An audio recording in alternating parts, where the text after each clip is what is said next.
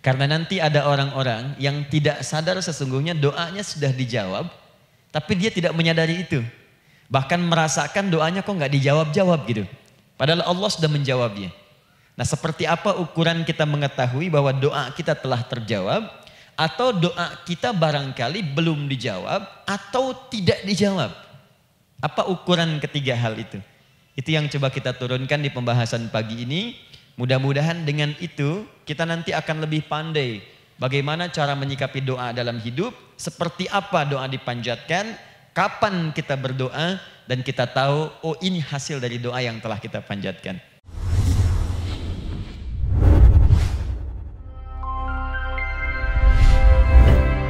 Alhamdulillahi Rabbil Alamin Alladhi amarana bid-du'a faqala wa qala rabbukum ud'uni astajib lakum fawa'adana bil-ijabati faqala wa idha sa'alaka ibadi anni fa inni qariba ujibu da'wata ad-da'i idha da'an wassalatu wassalamu ala rasulillahi alladhi وعدنا بالإجابة عندما ندعو إلى الله سبحانه وتعالى فقال من ضمن دعائه في أسماء الحسنى اقتداء من أصحابه صلى الله عليه وسلم أرأيت ماذا دعوت فقد دعوت بأسمائه الأعظم إذا دعي بها أجاب وإذا سئل بها أعطى اللهم صل وسلم وبارك على رسولك الكريم النبي الأمين وعلى آله وصحبه وأمته إلى يوم الدين أما بعد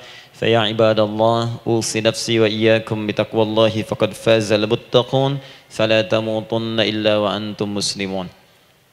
Saudariku sekalian, para ibu baik yang di dalam ruang masjid ataupun yang di luar masjid, di sekitaran masjid dan studio, saya ingin mengajak pada seluruhnya tanpa kecuali, mari kita senantiasa bersyukur pada Allah Subhanahu wa taala atas nikmat yang telah kita dapati sampai dengan pagi hari ini. Syukur itu selalu menambah ketenangan di dalam jiwa. Syukur itu bisa mengentaskan sebagian persoalan hidup yang kita rasakan.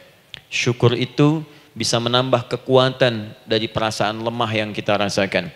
Dan syukur itu puncaknya bisa mengantarkan ke dalam surga terbaik yang dijanjikan. Hingga Allah menyebutkan kemudian dalam Al-Quran, wa qalilun min ibadiyasy syakur. Sedikit sekali di antara hamba-hambaku itu yang bisa menjadi orang yang pandai bersyukur kepada Allah Subhanahu wa taala. Mudah-mudahan hidupan kita sampai hari ini seluruhnya diterima oleh Allah Subhanahu wa taala sebagai amal saleh, dan semoga yang belum mendapatkan hidayah untuk berislam sampai dengan pagi hari ini dihunjamkan hidayah kepada dalam jiwanya oleh Allah Subhanahu wa taala agar bisa berislam sebelum wafat menghadap Allah Subhanahu wa taala. Baik, hari ini kita akan belajar. Saya akan cepat masuk kepada pembahasan karena waktu kita cukup singkat, tentang orang-orang yang dikabulkan doanya yang tersebut dalam Al-Quran khususnya dan sunnah-sunnah Rasulullah sallallahu alaihi wasallam. Kita akan bagi pembahasan kita ke dalam 3 bagian. Pertama, kenapa kita mesti berdoa? Di poin pertama. Pertama, kenapa kita mesti berdoa? Yang kedua, bagaimana cara berdoa yang baik, yang cepat dikabulkan oleh Allah Subhanahu wa taala? Jadi yang pertama, mengapa kita mesti berdoa? Esensi doa itu apa, kan? Yang kedua, bagaimana cara berdoa yang sekiranya cepat dikabulkan oleh Allah Subhanahu wa taala. Dan yang ketiga, kita akan melihat ukuran pengabulan doa. Seperti apa doa itu dikabulkan. Karena nanti ada orang-orang yang tidak sadar sesungguhnya doanya sudah dijawab, tapi dia tidak menyadari itu. Bahkan merasakan doanya kok nggak dijawab-jawab gitu. Padahal Allah sudah menjawabnya. Nah, seperti apa ukuran kita mengetahui bahwa doa kita telah terjawab, atau doa kita barangkali belum dijawab, atau tidak dijawab? Apa ukuran ketiga hal itu? Itu yang coba kita turunkan di pembahasan pagi ini. Mudah-mudahan dengan itu kita nanti akan lebih pandai bagaimana cara menyikapi doa dalam hidup, seperti apa doa dipanjatkan, kapan kita berdoa, dan kita tahu, oh ini hasil dari doa yang telah kita panjatkan. Sepakat sampai di sini? Baik ya, tinggal sepakat saja ya. Kan biasanya yang nerangkan saya, nulis saya, ngapus saya sampai selesai pula. Baik, ayo kita mulai. Bismillah. Mengapa kita mesti berdoa? Kita buka dulu ibu sekalian. Ya, yang di ruangan ini ataupun yang di bawah, semuanya insya Allah memiliki kemuliaan yang sama di hadapan Allah Subhanahu wa taala sesuai dengan keikhlasannya. Ya, sesuai dengan keikhlasannya. Karena hadisnya umum sifatnya. Man salaka tariqan yaltamisu fihi ilma sahhalallahu lahu tariqan ilal jannah. Siapa yang menyiapkan dirinya menempuh perjalanan dan dia meniatkan ingin belajar pengetahuan agama walaupun sedikit, maka dia akan dapat balasan dari Allah, minimal setiap langkahnya akan dicatat meringankan langkah dia ke surga nantinya. Ya, dan di situ tidak disebutkan khusus bagi yang di dalam ruangan masjid. Lantai 2 lagi misalnya. Tidak. Ya, jadi yang di sekitaran, yang di depan semua berdasarkan niatnya, ya. Berdasarkan niat dan kuantitas amalannya. Di kuantitas itu tambah. Mungkin Ustadz belum datang, ibu ada yang berzikir, ada yang baca Al-Qur'an, ada yang istighfar, itu yang nambah pahala. Ya. Kalau yang pasang status, pasang kamera, ya itu saya nggak tahu. Ayo kita kembalikan sini. Pertama, Quran surah ke-7 ayat 172. Quran surah ke-7 Al-A'raf ayat 172. Kemudian setelah itu diperintahkan dalam Al-Quran surah ke-40 Ghafir ayat ke-60. Lalu kita praktekkan ini dalam keseharian kita. Saya beri contoh misalnya Quran surah ke-2 ayat ke yang paling banyak nih dibaca 201. Kadang-kadang misalnya Quran surah kedua ayat 286. Banyaklah. Quran surah ke-7 ayat 23 misalnya dan seterusnya. Ini bagian pertama.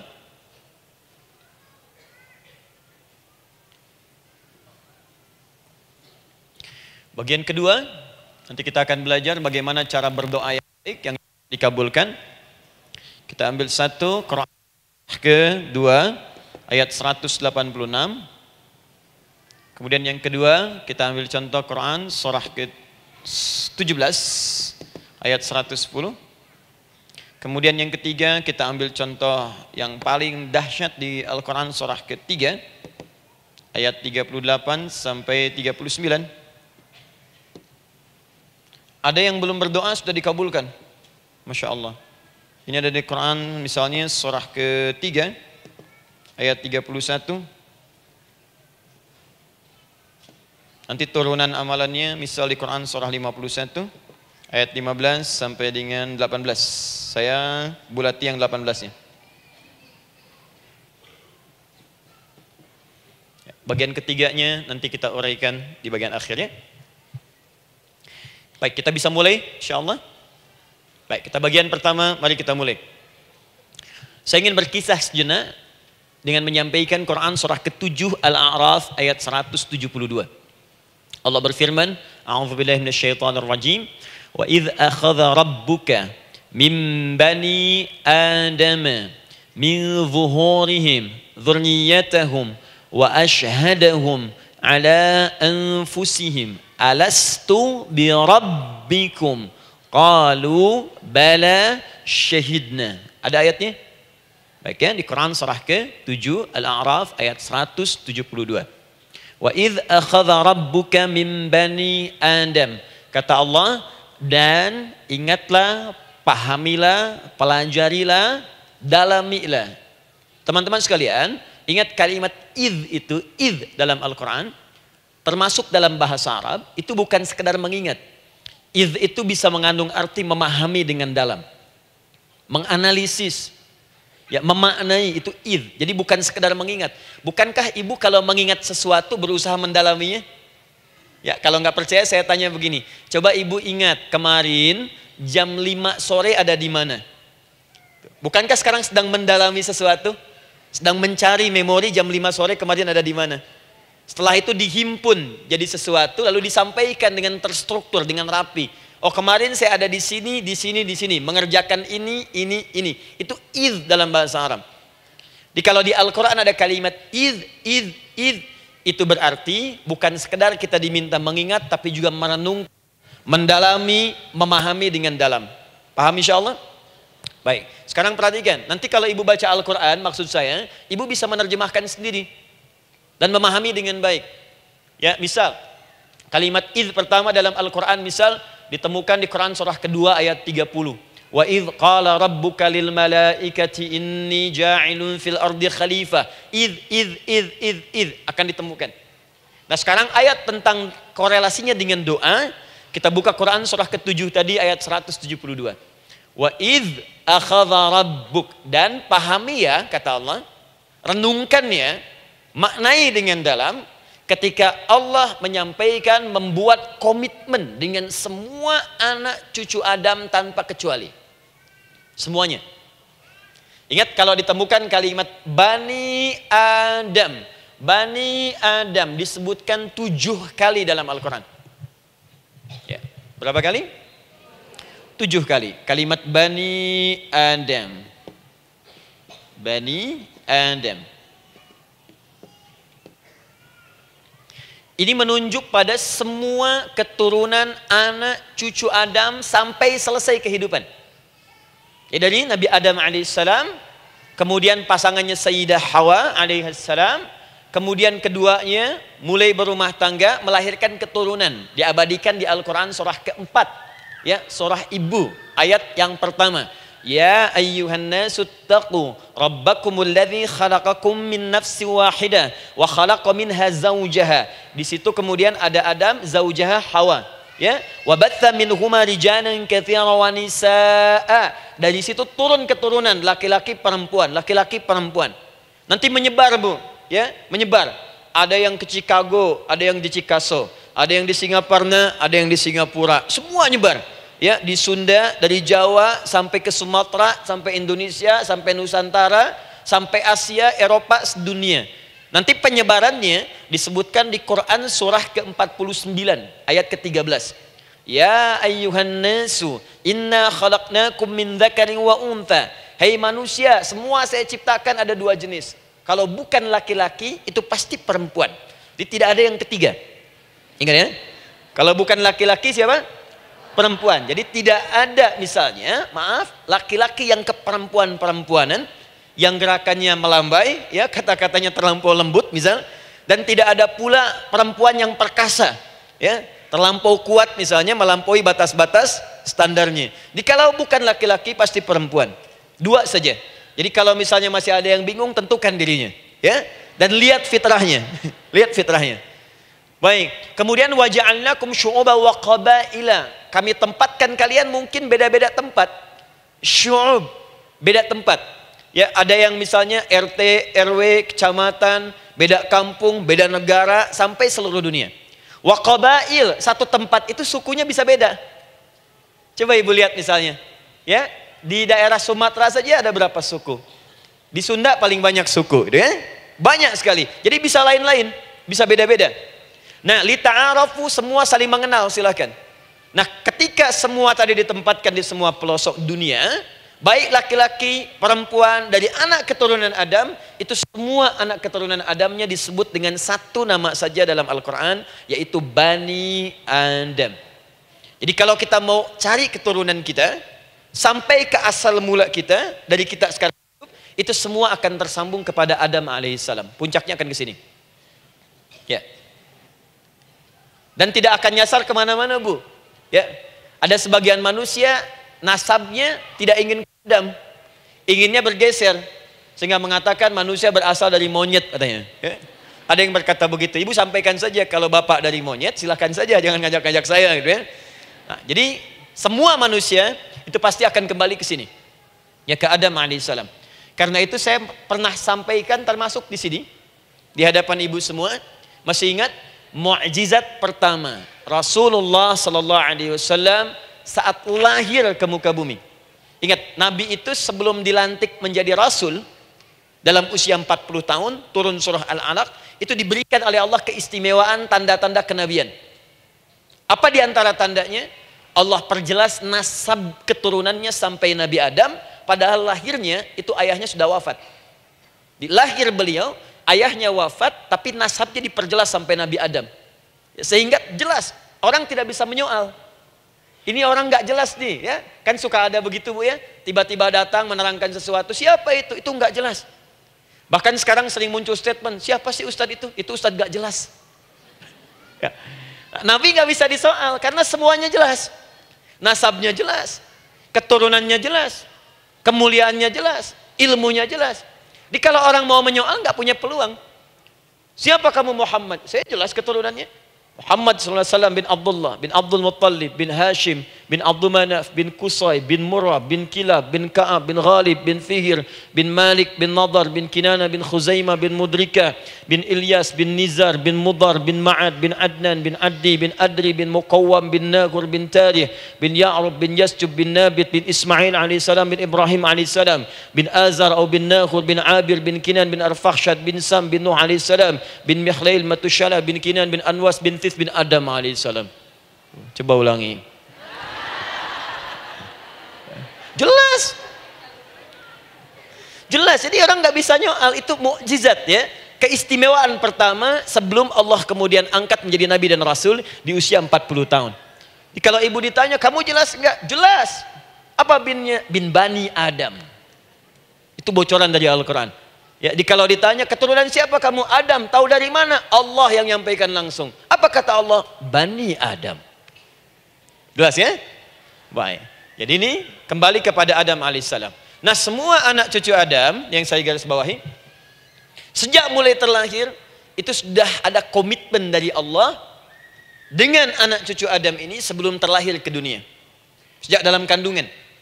Jadi kalau ibu belajar hadis, misal, dulu saya pernah amanahkan kalau ibu mau belajar dasar-dasar, cari kitabnya Imam An-Nawawi yang Al-Arba'in An-Nawawiyah, 42 hadis. Hadis keempat, ya paling kiri sebelah atas di kitabnya. Dari Abdullah bin Mas'ud radhiyallahu taala anhu, ya. Qala Nabi sallallahu alaihi wasallam bahwa shadiqul masduq. Nabi SAW pernah menyampaikan sedangkan beliau orang benar dan dibenarkan. Kapan perjanjian ini dibuat? Dalam usia kandungan 4 bulan. Dalam kandungan. Inna ahadakum yujma'u fi batni ummihi. Setiap kalian yang akan terlahir dari anak cucu Adam, kecuali Adam Bu ya. Ingat, kecuali Adam, kecuali Hawa, karena ini asal mula manusia keduanya. Tapi keturunan Adam dan Hawa akan mengalami proses yang sama. Dikandung dulu ibundanya, kemudian terlahir. Adam tidak dikandung, ingat, Adam tidak ada bapak, Adam tidak ada ibu. Langsung diciptakan wujudnya oleh Allah Subhanahu wa taala dari bahan dasar yang sama dengan manusia. Ya, karena itu saya pernah ditanya, pernah berdialog, ya. Ustaz, ini spesial Nabi Isa ini. Ya, spesial, Yesus Al-Masih Nabi Isa spesial. Karena itu diangkat sebagai Tuhan. Apa yang spesial? Kata beliau, karena ini bisa menghidupkan yang mati. Yang kedua, ini lahirnya beda dengan orang biasa. Bagaimana lahirnya? Tanpa bapak. Ibu saja tanpa bapak. Mana ada manusia yang lain seperti ini? Saya bilang Adam lebih spesial lagi. Lahir tanpa ibu, tanpa bapak. Kenapa nggak jadi Tuhan? Tapi kan Adam nggak bisa menghidupkan yang mati. Dengan izin Allah, maaf, Nabi Ibrahim lebih canggih lagi. Buka Quran surah kedua, ayat 260. Paling kiri sebelah atas. Wa idh qala Ibrahim Rabbi arini kaifa tuhyil mauta. Qala awalam tu'min. Qala bala walakin inna qalbi. Ketika Ibrahim bermohon kepada Rabbnya, ya Allah, tolong tunjukkan kepadaku bagaimana cara menghidupkan yang mati. Kata Allah, kamu masih nggak yakin? Kata Ibrahim, saya yakin-yakinnya. Cuma supaya hati saya tenang, membuktikan kepada yang lain tentang kuasamu. Kata Allah, gampang. Lalu Allah berikan kemudian satu ketentuan sama persis dengan Nabi Isa. Cuman prosesnya lebih canggih. Kalau Nabi Isa, tepuk mayatnya, bangun, bicara. Nabi Ibrahim kata Allah, nih ambil burung, potong-potong dulu, dicincang dulu. Sudah dicincang kemudian, mayatnya disimpan, jasadnya di tempat bukit yang berbeda. Kalau sekarang potong burung, simpan di bukit satu, jasad yang kedua simpan di bukit B. Kepalanya simpan di bukit A, ekornya simpan di bukit B, badannya simpan di bukit C. Panggil dengan nama Allah. Thummad'uhunna ya'tinaka sa'ya. Panggil, bismillah, dengan nama Allah, hidup. Sama persis dengan Nabi Isa. Dengan nama Allah biiznillah, hidup. Nabi Ibrahim biiznillah, dengan nama Allah hidup. Menyatu semuanya jadi satu. Psst. Kalau Nabi Isa kemudian ada yang menduga sebagai Tuhan, kenapa Nabi Ibrahim tidak angkat jadi Tuhan? Paham ya? Nah, ini menunjukkan bahwa ada pola pemikiran yang harus dikembalikan supaya benar cara memahaminya. Jelas sampai sini? Maaf saya sedikit agak lompat ya. Saya kembalikan kemudian, perhatikan sini. Inna ahadakum yujma'u fi batni ummihi. Karena itu semua anak cucu Adam, beda dengan Adam, akan proses lahirnya dikandung dulu di perut ibundanya. Fokus baik-baik. Arba'ina yauman nutfah, 40 hari pertama baru kemudian proses antara spermatozoa dengan ovum berproses. Thumma yakunu mithla dzalika, kemudian alaqah, 40 hari yang kedua jadi alaqah, zigot yang menempel di dinding rahim. Thumma yakunu mithla dzalika mudghah, 40 hari ketiga berbentuk mudghah, sudah mulai berbentuk daging sekeratan, ada bentuknya. Dan usianya sudah 4 bulan, 40 hari ketiga, 120 hari. 120 hari. Thumma yursalu ilaihil malak, kemudian diutuslah malaikat, fayanfukhu fihi ruh, maka ditiupkan roh ke dalamnya. Jadi ingat, kalau di antara sini, di antara kita ada ibu misalnya yang tengah hamil, tengah mengandung, ingat baik-baik, atau keluarganya, kerabatnya, usia 4 bulan itu roh sudah ditiupkan. Di kandungan sudah ada rohnya. Hati-hati ya. Berapa bulan? 4 bulan. Karena itu nanti ada ayat dalam Al-Quran, Quran surah ke-7 ayat 189. Di posisi ini harus banyak berdoa dan beramal soleh. Ingat ya, berdoa, beramal soleh, minimal minta kepada Allah. Da'awallaha rabbahuma la in ataitana shaliha lanakunanna minasyakirin. Minta banyak kepada Allah, ya Allah jadikan anak saya anak yang soleh, jadikan anak saya anak yang soleh. Dari usia itu 4 bulan sampai ke atas menjelang lahiran. Nanti diiringi oleh amal soleh kedua orang tuanya. Ini sudah penelitian dokter muslim, khususnya di Asia Tenggara. Saya diskusi dengan seorang dokter muslim, ternyata ada korelasi amal soleh yang dikerjakan kedua orang tua, ayah dan bunda, atau calon ayah dan bunda, kepada anak yang sedang dikandung, yang belum dilahirkan. Jadi kalau orang tuanya rajin baca Al-Quran, itu berpengaruh ke anak, Bu. Dan penelitian terkini, itu mempercepat anak itu menjadi seorang penghafal Quran ketika lahir. Ya, pernah satu kali dibacakan Al-Quran, posisi janin itu berubah. Seperti sujud gitu. Itu penelitian sudah di MRI waktu itu dilihat ya, kelihatan. Jadi ada korelasi antara kesolehan orang tua dengan kesolehan anak yang sedang dikandung. Hati-hati ya. Tapi yang penting diketahui adalah dalam usia kandungan 4 bulan itu disebutkanlah isyarat di Quran surah ke-7 ayat 172 terjadi perjanjian komitmen dengan Allah Subhanahu wa taala. Apa perjanjiannya? Wa idz akhadha rabbuka min bani adama min zuhurihim dzurriyyatahum wa asyhadahum ala anfusihim. Lihat perjanjiannya, saya fokus di kalimat ini, alastu bi rabbikum. Apakah engkau akan berkomitmen saat ini? Bersaksi? Karena kalimatnya bersaksi. Wa asyhadahum, dan mereka bersyahadat, bersaksi, komitmen. Di komitmennya menggunakan kata syahadat di sini. Karena itu nanti setiap bayi yang sudah terlahir dari rahim ibu manapun itu berada dalam keadaan suci karena sudah bersyahadat dalam perut ibundanya. Masih ingat hadis ini? Kullu mauludin yuladu 'alal fitrah. Setiap yang terlahir dari rahim perempuan manapun itu membawa fitrah. Apa di antara fitrah yang dimaksudkan itu? Fitrah keislaman, fitrah mengakui Allah sebagai Tuhan. Itu nanti ada di Quran surah ke-30 ayat ke-30, paling kanan sebelah atas. Quran surah 30 ayat 30.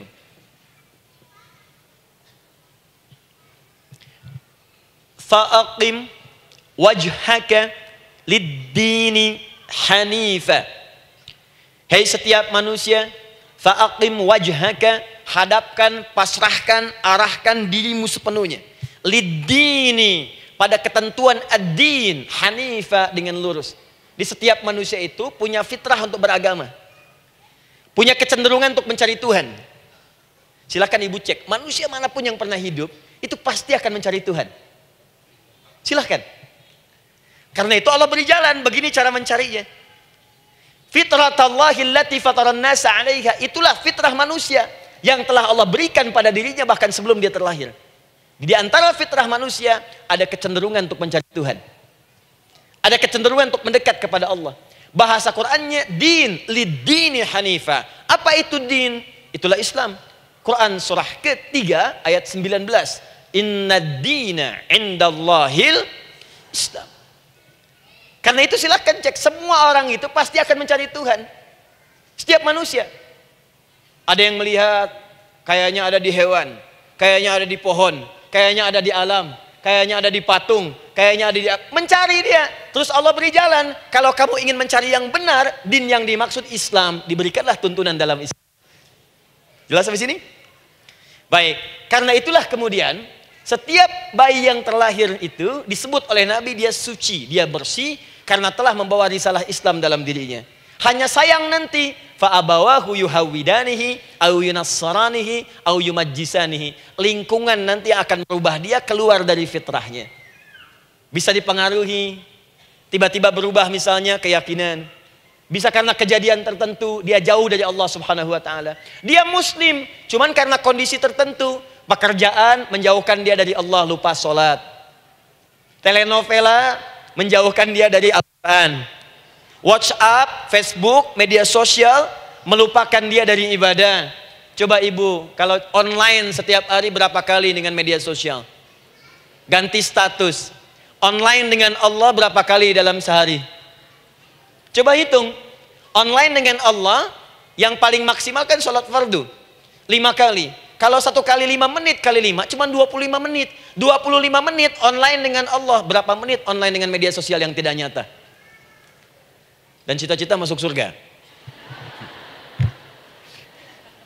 Ayo sini. Nah, saya belum selesai. Jadi yang pertama, dalam perjanjian 4 bulan ini, pertama ada komitmen bersyahadat menuhankan Allah. Tapi yang kedua, ini yang dahsyat. Perhatikan kalimatnya, fokus.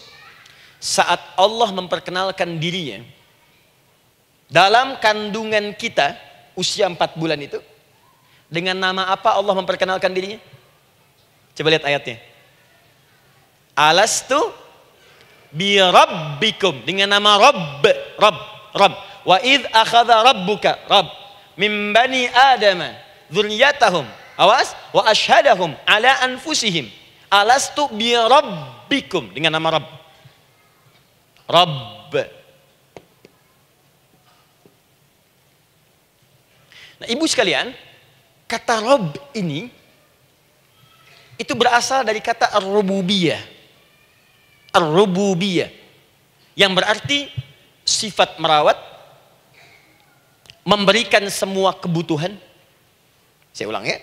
Merawat, memberikan semua kebutuhan. Sudah? Menyayangi, memaafkan, mengasihi, mengampuni. Masya Allah. Merawat, memenuhi sebuah kebutuhan, menyayangi, memaafkan, mengampuni. Jadi semua hal yang terkait dengan perhatian ada pada kalimat Rabb. Sifatnya disebut dengan rububiyah. Zat yang memperhatikannya disebut dengan Rabb, namanya Rabbun. Baik. Pelan-pelan. Nah, seakan-akan Allah ingin berkata begini. Hei, engkau buat perjanjian dengan saya sekarang. Engkau bersaksi, saya sebagai Tuhan. Siap bersaksi, menuhankan saya. Nanti ketika kamu lahir, apapun yang kamu butuhkan dalam kehidupan, aku akan berikan. Kamu akan saya rawat. Kalau sakit, kamu saya sembuhkan. Minta sesuatu yang kamu butuhkan, saya akan berikan.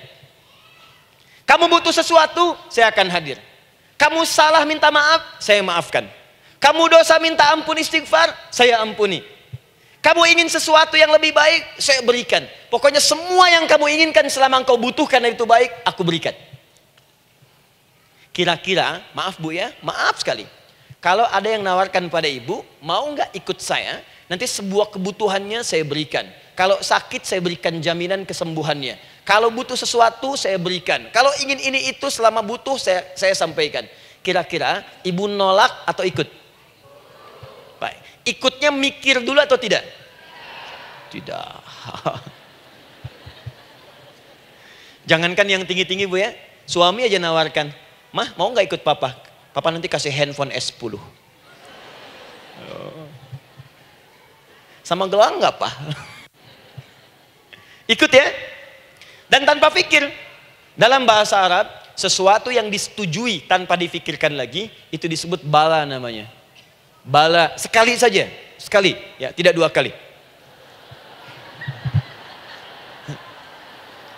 Tidak ditambah, tidak dikurangi. Ingat, kalau Allah sudah sampaikan kalimat, jangan tambah, jangan kurangi. Ya.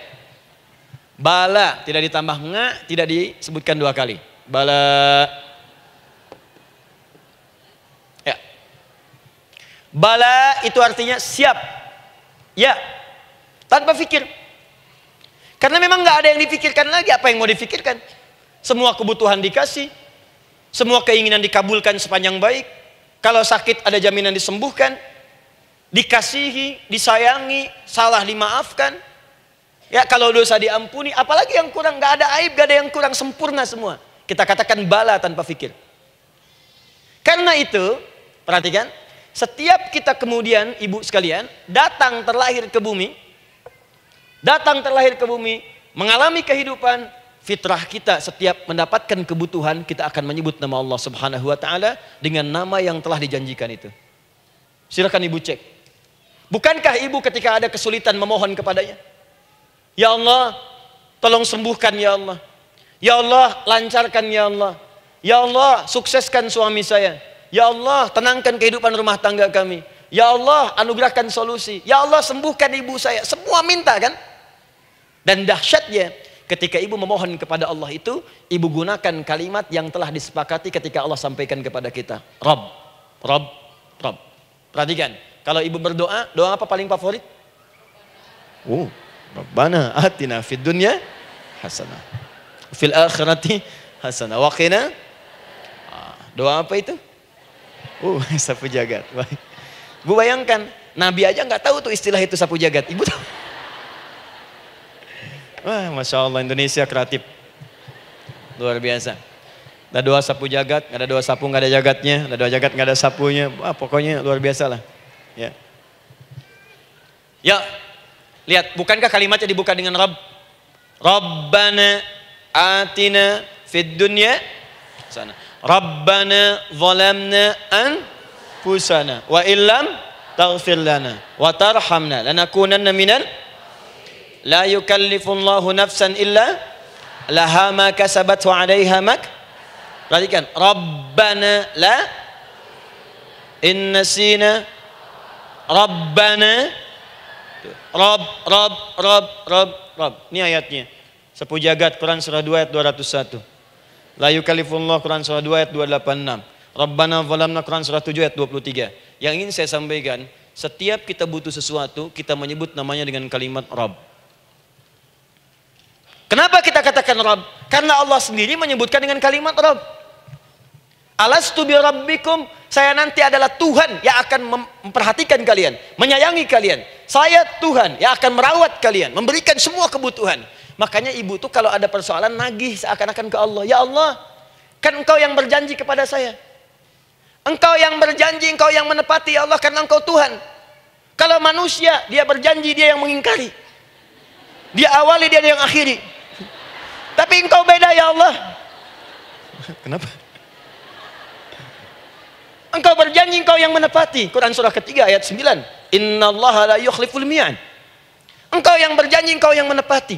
Engkaulah awal dan akhir dari semua hal. Engkau mengatakan saya Rabb yang akan memberikan semua kebutuhan. Sekarang saya butuh ya Allah. Engkau berjanji akan menyembuhkan, sekarang saya sakit ya Allah. Engkau berjanji akan memberi solusi, sekarang saya sedang punya masalah ya Allah. Engkau berjanji akan memberikan kesuksesan, sekarang saya sedang menapaki itu ya Allah.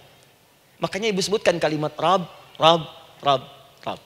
Jadi sesungguhnya doa itu adalah fitrah dari setiap manusia, karena mulai dibangun komitmen sebelum dia dilahirkan ke muka bumi. Jadi kalau kita bicara tentang doa, doa itu fitrah kehidupan bagi setiap manusia. Hidup. sekaligus penanda komitmen yang membedakan antara Khalik dengan makhluk, hamba dengan Allah, manusia dengan Tuhan. Kan Allah katakan, saya Rabb ya, saya yang ngasih, saya yang Tuhan. Berarti kita yang makhluk kan, kita yang butuh kan. Allah yang memberi, kita yang butuh. Untuk membedakan mana yang butuh, mana yang ngasih, maka pembedanya adalah doa. Jadi kalau ada manusia yang gak pernah doa selama hidup, itu tandanya ada yang salah dengan kehidupannya. Karena seakan-akan dia gak butuh Tuhan. Sebab perbedaan manusia dengan Tuhan itu sebelum lahir, salah satunya ditunjukkan dengan sifat butuh kita kepada Allah. Makanya sekaya-kayanya orang, itu pasti berdoa. Manusia paling kaya di muka bumi pun, kalau besoknya mau ada pekerjaan atau proyek, dia berdoa dulu tuh. Ya Tuhan, tolong lancarkan proyek ini. Butuh. Pejabat setinggi-tingginya, kalau sudah mau mulai kemudian ada pemilihan, kalau mulai ada kebijakan, kalau mulai ada apapun, berdoa juga. Itu tandanya butuh. Butuh. Di setiap manusia itu pasti butuh dengan Allah. Karena itu kalau ada manusia yang gak pernah berdoa selama hidupnya, itu langsung mendapatkan kecaman dari Allah dan dijamin akan masuk neraka yang paling dalam. Karena seakan-akan dia sedang gak butuh dengan Allah. Saya ulang ya, saya ulang. Doa itu fitrah hidup manusia yang sekaligus menunjukkan statusnya sebagai hamba. Jadi kalau ibu update status di media sosial, mulai sekarang tuliskan hamba.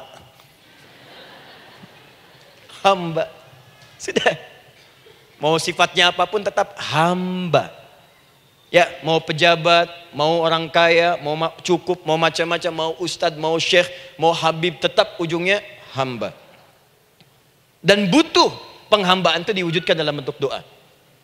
Muncullah Quran surah ke-40 ayat ke-60. Wa qala rabbukum, Rabb, selalu Rabb. Wa qala rabbukum ud'uni astajib lakum. Innal ladzina yastakbiruna an ibadati, awas, sayadkhuluna jahannama dakhirin. Allahu akbar. Dan Rabbmu berfirman, mengingatkan kembali kepada kalian semua, hei hamba-hambanya. Kalau ada kebutuhan, kalau ada masalah, kalau ada permintaan, kata Allah, ayo doa sama saya. Minta. Kan kita sudah bikin perjanjian. Makanya Allah katakan, kalau punya masalah, Bu, berdoa. Bukan mengeluh. Kalau punya persoalan, Bu, berdoa. Bukan bikin status. Rasanya aku tidak sanggup. Ditulis di Facebook. Apain? Terus kalimat Allahnya pun jelas. Minta kepadaku, bukan mengeluhkannya. Kamu tidak seperti yang aku kira. Nungguin komen. Sambil masak, celing ada satu. Ece kunaon. Makin meluas masalah. Untuk abi mas sabar. Sudah. Paham ya? Jadi ini kaidah hidup yang pertama. Sebetulnya sederhana, cuman jarang digunakan gitu. Sederhana, cuman jarang dipakai. Kata Allah kan, kamu doa itu, saya kasih ketenangan. Jadi Bu, gini, doa itu manfaatnya, walaupun solusi belum datang, tapi hati tenang. Tenang. Jadi kalau mau curhat-curhat sama Allah, sampaikan, minta, mohon, berikan. Minimal tenang. Saya kasih rahasia ya. Ini di antara kita saja nih. Lihat sini. Saya hapus dulu deh. Bismillah. Masya Allah. Mau ngapus sendiri, nulis sendiri, penghapus, lari sendiri.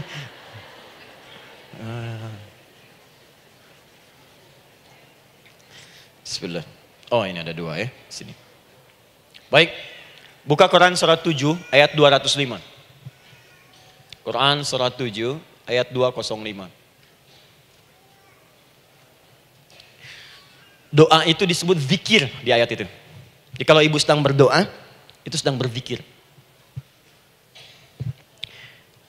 Wadhkur rabbaka fi nafsika tadarruan wa khifatan wa dunal jahri minal qaul. Ada ayatnya? Oke. Pakai Rabb lagi kan? Wadhkur rabbaka. Kalau engkau punya masalah, kata Allah, sekecil apapun. Di rumah tangga kah, Di kantor kah, kehidupan sosial kah? Kata Allah, ayat sebut, minta kepada Allah. Berdoa. Doa disebut dengan zikir. Zikir itu semua kegiatan yang membuat kita ingat Allah. Zikir. Baca Quran, zikir. Dalilnya Quran surah ke-15 ayat 9. Inna nahnu nazzalna dzikra. Kami turunkan Al-Quran sebagai zikir. Menghafal Quran, zikir. Quran surah 54 ayat 17, ayat 22, ayat 32, ayat 40. Walaqad yassarnal Qur'ana lidzikri. Kami akan mudahkan Al-Quran untuk diingat, dihafalkan. Zikir, sebagai zikir kepada Allah.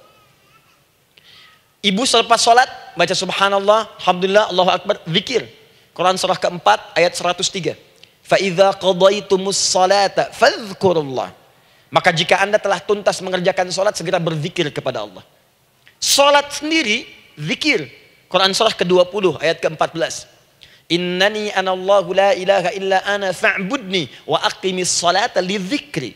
Saya Allah, kata Allah. Tidak ada Tuhan selain saya. Sembah saya. Bagaimana menyembah Allah? Tunaikan salat sebagai zikir kepada Allah. Zikir. Di zikir semua amalan yang mendekatkan kita dengan Allah. Doa itu satu dari bagian zikir.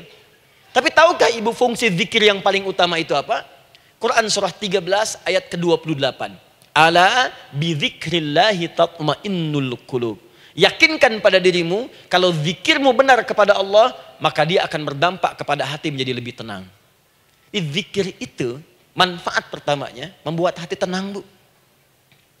Tadi saya contohkan. Baca Al-Quran, zikir kan? Jadi kalau ibu sedang tidak tenang, sedang gelisah, ada masalah, daripada mengeluh sana sini, wudu, Bu, wudu. Ambil mushaf, baca. Saat baca itu mungkin solusi belum datang, tapi hati itu lebih tenang. Kaitan dengan bahasan kita, doa, minta. Doa. Jadi kalau orang punya masalah itu kalau berdoa, walaupun solusinya belum datang, walaupun kemudian jawabannya belum tiba, minimal hati ibu itu tenang. Ini dia. Kan surah 13 ayat 28. Rumus ini pakai. Gunakan dalam hidup. Karena yang tahu kehidupan kita itu Allah yang menciptakan kita. Yang tahu pesawat, yang bikin pesawat. Yang tahu handphone, yang bikin handphone. Yang tahu mikrofon, yang bikin mic-nya. Yang tahu kita, yang menciptakan kita. Ikutilah petunjuk Allah yang menciptakan kita, maka akan langsung terasa manfaatnya. Ibu tidak percaya, silahkan lakukan. Rasakan bedanya, bedakan rasanya, dan pasti akan terasa bedanya. Akan lain. Tuh. Doa. Tapi ingat yang paling penting kata Allah, doa itu bukan sekedar penting permohonannya, tapi menunjukkan status kita sebagai hamba di hadapan Allah Subhanahu wa taala. Jadi kalau ada orang selama hidup tidak pernah berdoa, artinya dia mengingkari status dia sebagai hamba di hadapan Allah Subhanahu wa taala. Mau menyejajarkan diri dengan Tuhan. Kan yang tidak pernah meminta itu Tuhan. Allah yang memberikan. Kalau manusia beda pasti minta. Artinya kalau ada manusia nggak pernah minta, seakan-akan bahasa halusnya, kamu ini ngaku jadi Tuhan. Saya tempatkan kau di neraka jahanam yang paling bawah. Jahanam itu, Bu, belum masuk saja sudah terasa. Terasa. Buka ibu Quran surah misalnya ke-40 Ghafir tuh. Ya, ayat 45 sampai dengan 47-nya. Sebelumnya lagi lihat Quran surah ke-8 ayat ke-50. Itu penghuni neraka, Bu, yang bukan jahanam saja. Penghuni neraka itu kalau mau meninggal itu dipukulin dulu malaikat. Depan belakangnya. Ayo, kamu keluar. Lama amat keluarnya rohnya katanya. Takut karena nggak punya bekal. Kan maaf ya, kaidah mengatakan orang nggak punya bekal itu takut pulang, apalagi orang merasa salah. Anak ibu berbuat kesalahan, mau pulang takut kan? Takut. Jadi kalau ada anak takut pulang, salah dia. Salah. Kemana anak nggak pulang-pulang, pasti ada yang salah karena nggak berani pulang. Jangankan salah, nggak punya bekal saja, malu pulang. Lihat ibu waktu Ramadan usai, mau mudik, Idul Fitri. Kan pada mudik kan? Kenapa mau mudik dan senang mudik? Karena punya bekal, Bu. Dikumpul-kumpulkan itu selama 11 bulan. Untuk 1 bulan saja. Itu pun paling berapa hari. Kumpulin. Terus telepon keluarga, insya Allah aku pulang hari ini. Wah, senang semuanya. Padahal mudiknya cuma pakai motor, Bu. Motornya bebek, bekalnya singa. Serius saya, motor bebek bekas singa, ada kardus belakangnya.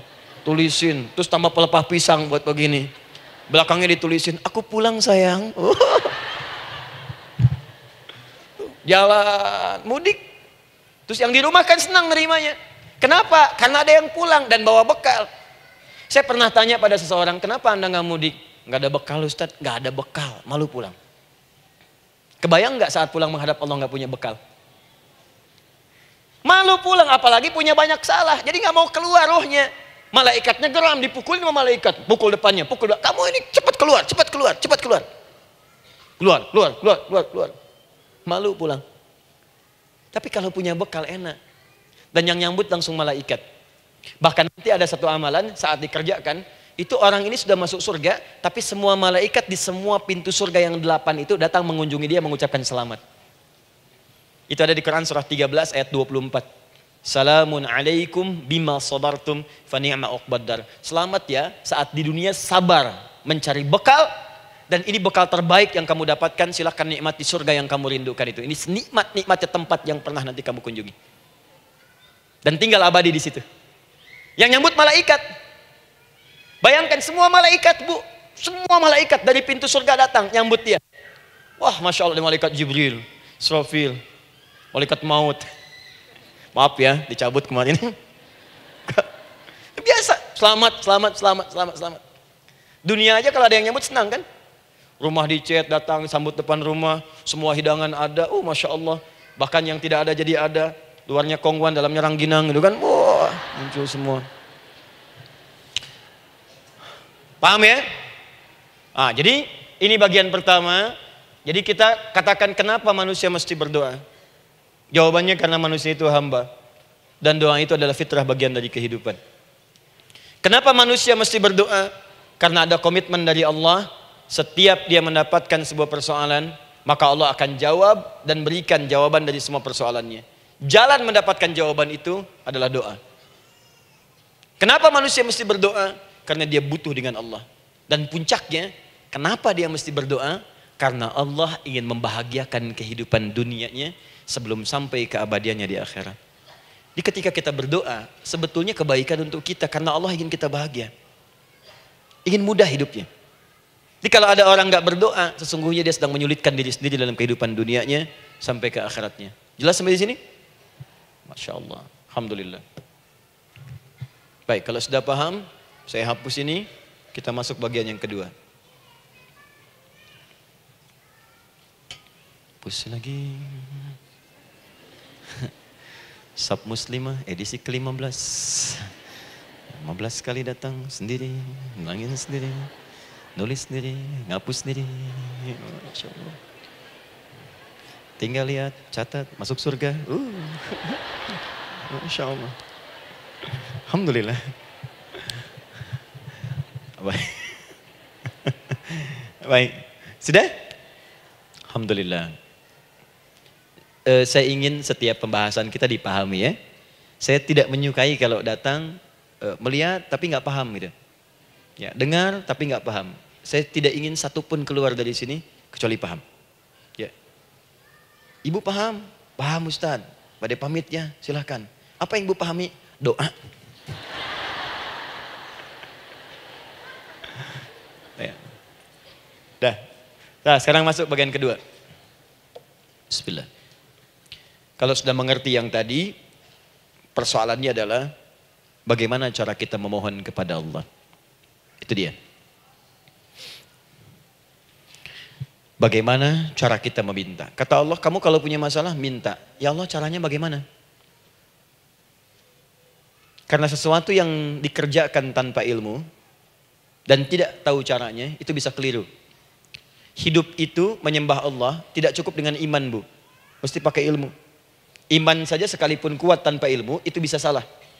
Kuat ingin mendekat kepada Allah. Ya Allah, aku ingin ibadah, kuat. Saya punya kawan dulu di pesantren. Tahun kedua, dia sudah berubah. Ya, tadinya orang tuanya melihat anaknya Masya Allah, tiba-tiba ada perubahan, senang ibadah Bu. Malam-malam dia bangun, ini kisah nyata, saya alami sendiri. Masya Allah, saya senang sekali. Kita saling doakan, dia bangun malam tahajud. Bangun jam 2, Anda bayangkan. Yang sebelumnya menjelang subuh atau apa. Ini malam Jumat lagi, malam libur. Malam libur biasanya santri itu kebanyakan ada yang keluar, ada yang main, ada yang macam-macam. Ini dia malam tahajud. Jam 2 bangun. Saya bahagia sekali. Udah bangun, sholat, selesai. Cuman pas waktu mau subuh, kok saya lihat tidur. Saya bangunkan kan. Fulan, bangun. Oh iya, katanya. Iya, oh mungkin nanti mau nyusul. Saya pikir istirahat dulu. Saya ke masjid lah. Udah ke masjid, dah selesai. Kita diskusi di masjid, selesai. Semua pulang saya jam 7. Saya lihat masih tidur juga. Barangkali dia sudah tadi sholat mungkin di kamar, nggak sempat ke masjid karena capek. Tapi saya lihat kok posisinya nggak berubah. Di situ juga. Akhirnya setengah jam saya tunggu, saya bangunkan. Bangun. Bangun. Kenapa Adi katanya? Saya kira antum belum sholat subuh ya. Adi gimana sih? Kan udah saya jama dengan tahajud tadi. Udah saya jama dengan tahajud. Jadi memang kekuatan imannya lagi tinggi, cuman ilmunya kosong. Ini yang bahaya. Besok-besok kalau orang kayak gini sholat subuh bisa 4 rakaat. Ya. Karena itu berdoa penting, cuma kita mesti tahu caranya. Yuk kita mulai bagian pertama. Quran surah kedua ayat 186. Paling kiri sebelah bawah. Sudah? Wa idza sa'alaka ibadi anni fa inni qarib. Fokus. Kata Allah, kalau hamba-hambaku Muhammad SAW bertanya kepadamu, minta petunjuk untuk mencari-cari aku. Tuh Bu, coba lihat. Ayat doa dibuka lagi dengan kalimat hamba. Untuk menegaskan status kita. Jadi kalau ditanya, kita siapa di hadapan Allah? Makanya nggak usah sombong. Jangan sombong, karena kita cuma hamba. Karena itu ketika Korun sombong, Korun tuh manusia terkaya yang pernah hidup di bumi. Hartanya Bu, ini saya kasih bocoran sedikit, kunci berangkasnya saja, kemana-mana itu suka dibawa, dipikul paling sedikitnya 8 bodyguard, cuman bawa kunci berangkas saja begini. Di Korun pengen ngasih tahu, kalau ada yang pengen nyuri di tempat saya silahkan aja, ini aja bodyguard saya ngangkat kuncinya susah. Korun. Jadi kalau Anda tidak sekaya Korun, jangan ikutan sombong, telat. Telat, gak ada kerjaan. Sudah ada yang lebih kaya. Ya. Dan apa yang terjadi? Fakhosabna, kata Allah, kami telan. Likuifasi. Telan oleh bumi semua. Dengan kekayaannya semua habis. Jadi ketika ada seseorang yang lupa dengan statusnya sebagai hamba, maka Allah akan memberikan pelajaran kepadanya. Untuk taubat. Kalau nggak mau taubat juga, telan habis. Untuk menunjukkan kamu tuh bukan Tuhan, saya Tuhannya. Maka jangan ikutan sombong. Kalau ada yang perlu punya Ferrari, Lamborghini, Lamborghini, ya, wow, bikin rame di jalan, cuman nggak update status, kasih tahu, maaf Mas, telat.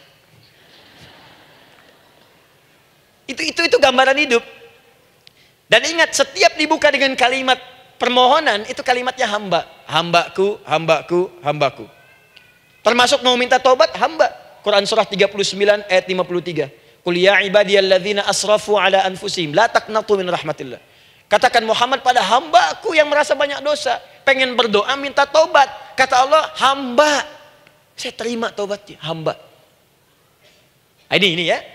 Ini pun adab yang pertama dari Al-Qur'an, adab yang pertama, kalau kita ingin berdoa dan doa itu cepat ingin dikabulkan, maka berdoalah dengan cara menghamba di hadapan Allah Subhanahu wa taala. Jangan merasa tinggi.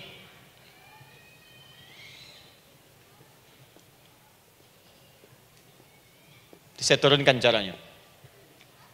Bagaimana cara menghamba itu dengan cara yang baik? Fokus. Wa idza sa'alaka ibadi anni, Muhammad SAW, jika ada hamba-hambaku bertanya padamu tentangku, ingin mencari-cari aku. Masya Allah, Ibu maaf ya, biasanya kan kalau orang mencari Allah, ingin mendekat kepada Allah, entah itu datang ke masjid, bangun malam, biasanya motifnya cuma 2. 1, ada kebutuhan, pengen berdoa, terus dekat sama Allah. Besok mau arisan, malamnya tahajud. Anak mau ujian, baru puasa, kan? Suami ada proyek, nah, baru baca Quran, kan? Terus itu biasa itu, biasa. Jadi fitrah Bu. Tumben jeng tahajud, fitrah. Itu biasa itu. Ya. Yang kedua, taubat dari maksiat. Taubat. Seorang taubat ke masjid, bangun malam, doa, itu biasa. Jadi kalau ada seperti itu tandanya kita hamba normal manusia. Fa inni qarib, kata Allah, katakan Muhammad SAW, katakan kepadanya, janganlah mencari, aku dekat. Dekat, jangan mencari, aku dekat. Jadi Bu, ketika kita butuh Allah, langsung dijawab oleh Allah. Kamu mau apa? Aku dekat. Itu secara psikologi memberikan ketenangan yang paling dalam. Saya belum datang di sini sampai jam 8. Ibu tanya panitia, ustadznya mana sih? Ukti, ustadznya mana? Jawaban pertama misalnya, ini belum jelas nih ustadznya. Gak ada kabar. Yang kedua mengatakan, tenang saja, ustadz sudah dekat. Maka yang kedua itu lebih menenangkan kepada kita. Ketika ibu mencari, ya Allah, saya sedang ada masalah, langsung dijawab oleh Allah. Tenang, aku dekat denganmu. Mau minta apa? Itu Bu, jadi kalau ibu sedang punya persoalan, psikologi Al-Quran mengatakan, langsung rasakan Allah tuh bersama kita, dekat, menunggu kita mau minta apa. Ibu punya masalah dengan suami, ingin mengadu. Lu kata Allah, saya dekat, kamu kenapa? Ada masalah apa? Ayo minta, ayo cerita. Mohon. Ibu punya masalah dengan anak. Ibu punya masalah dengan tetangga, di pekerjaan, kehidupan sosial. Kata Allah, saya dekat. Nah, perasaan itu hadirkan dalam jiwa kita. Ini sekarang jarang didapatkan. Jadi kalau ada masalah itu, hal pertama yang dilakukan itu belum ingat Allah, itu masalahnya. Di kebanyakan manusia itu kalau punya masalah, selalu ingin yang pertama itu solusinya. Bukan Allahnya. Kan pemilik solusinya Allah. Jadi kalau kita ingat pada yang memiliki, maka apapun yang kita minta akan diberikan. Bahkan ada orang yang saking ingatnya dengan Allah, sebelum minta sudah dikabulkan. Itu yang dahsyat. Nah, sekarang setelah kita paham tentang kedekatan ini, kemudian kita praktekkan. Jadi Bu, ya maaf ya, ketika ibu punya masalah apapun, yang pertama diingat Allah. Allah, Engkau telah berjanji, Engkau pasti akan tepati. Ya Allah, sekarang aku ada persoalan. Nah, sekarang teruskan ayatnya. Ujibu da'watad da'i idza da'an. Ujiba.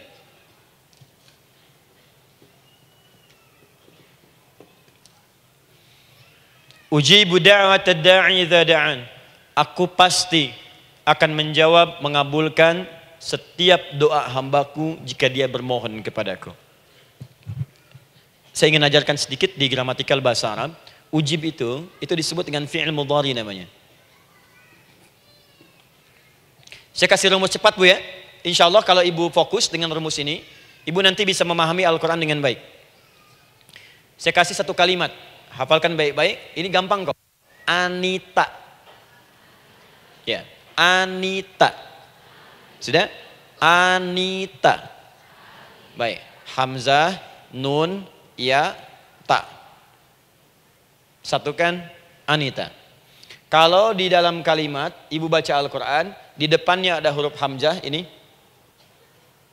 atau nun, atau ya, atau ta, maka itu rumus mudhari namanya. Gak usah dihafalkan mudharinya. Ya, nggak usah dihafalkan sampai bikin misalnya satu ungkapan, Anita istrinya Pak Mudhari, nggak usah, nggak ada kerjaan. Ya, nggak usah dihafal. Saya hanya ingin tunjukkan pemahaman. Kalau ada bentuk seperti ini punya 3 makna. Kalau dalam bahasa Inggris itu disebut present, ya, continuous, dan future. Present, continuous, and future. Sekarang, terus, sampai kapanpun. Sekarang, terus berlangsung, continuous, and future, sampai kapanpun di masa depan. Ini bentuknya disingkat dengan rumus ini, Anita.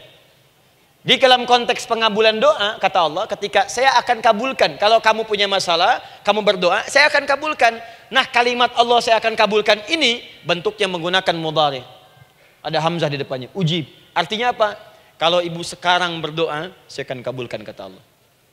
Terus kamu berdoa, saya akan jawab. Nanti pun punya masalah di masa depan, kamu berdoa, saya jawab juga. Jadi artinya tidak ada doa yang sia-sia. Semua doa, ingat, sepanjang kita butuhkan, pasti Allah berikan.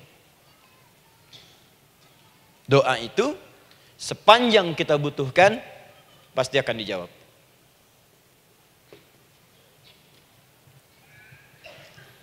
Nanti kapan dijawabnya, seperti apa jawabannya, nanti bagian ketiga. Kadang-kadang minta sekarang, dijawabnya nanti. Minta sekarang, dijawab sekarang. Ada yang mintanya A, dijawabnya B. Itu yang paling dahsyat. Ya. Jadi kalau saya tanya, kalau kita berdoa, dijawab tidak oleh Allah? Ya, itu janji Allah. Setiap orang berdoa, pasti dijawab. Nah, hanya persoalannya, seperti apa doa yang cepat dijawab itu? Apakah semua doa langsung dijawab seketika? Akankah mendapat jaminan langsung dijawab? Ternyata kalimat dijawab ini diikat dengan syarat ketentuan berlaku. Apa di antara syarat dan ketentuannya ini? Teruskan ayatnya. Falyastajibuli. Syarat pertama. Kalau doamu ingin cepat aku jawab, falyastajibuli. Maka engkau pun harus cepat merespon setiap seruanku. Jawab seruanku dengan cepat. Doa ingin dijawab oleh Allah. Maka kata Allah, kamu pun harus menjawab setiap seruanku. Jawab seruan Allah.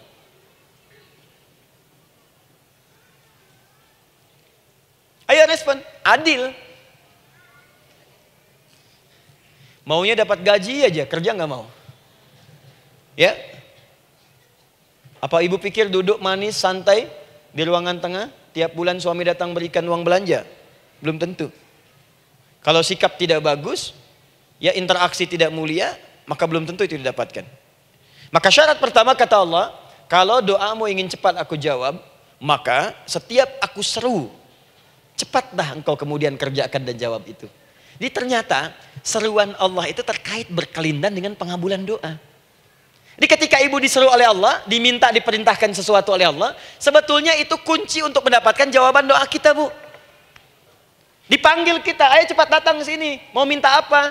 Minta, saya kasih.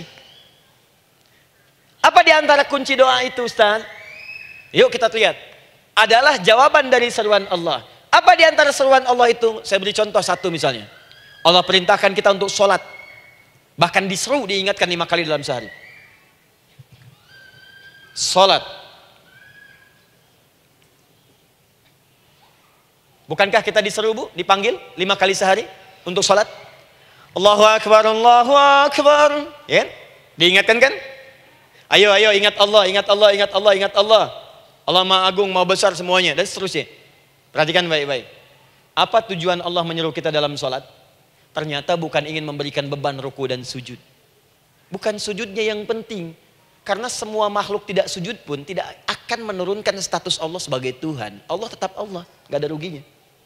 Yang rugi kita, ternyata ketika disuruh sujud, disuruh ruku itu, ternyata yang ditunggu itu bukan ruku sujudnya. Allah nunggu, punya masalah apa?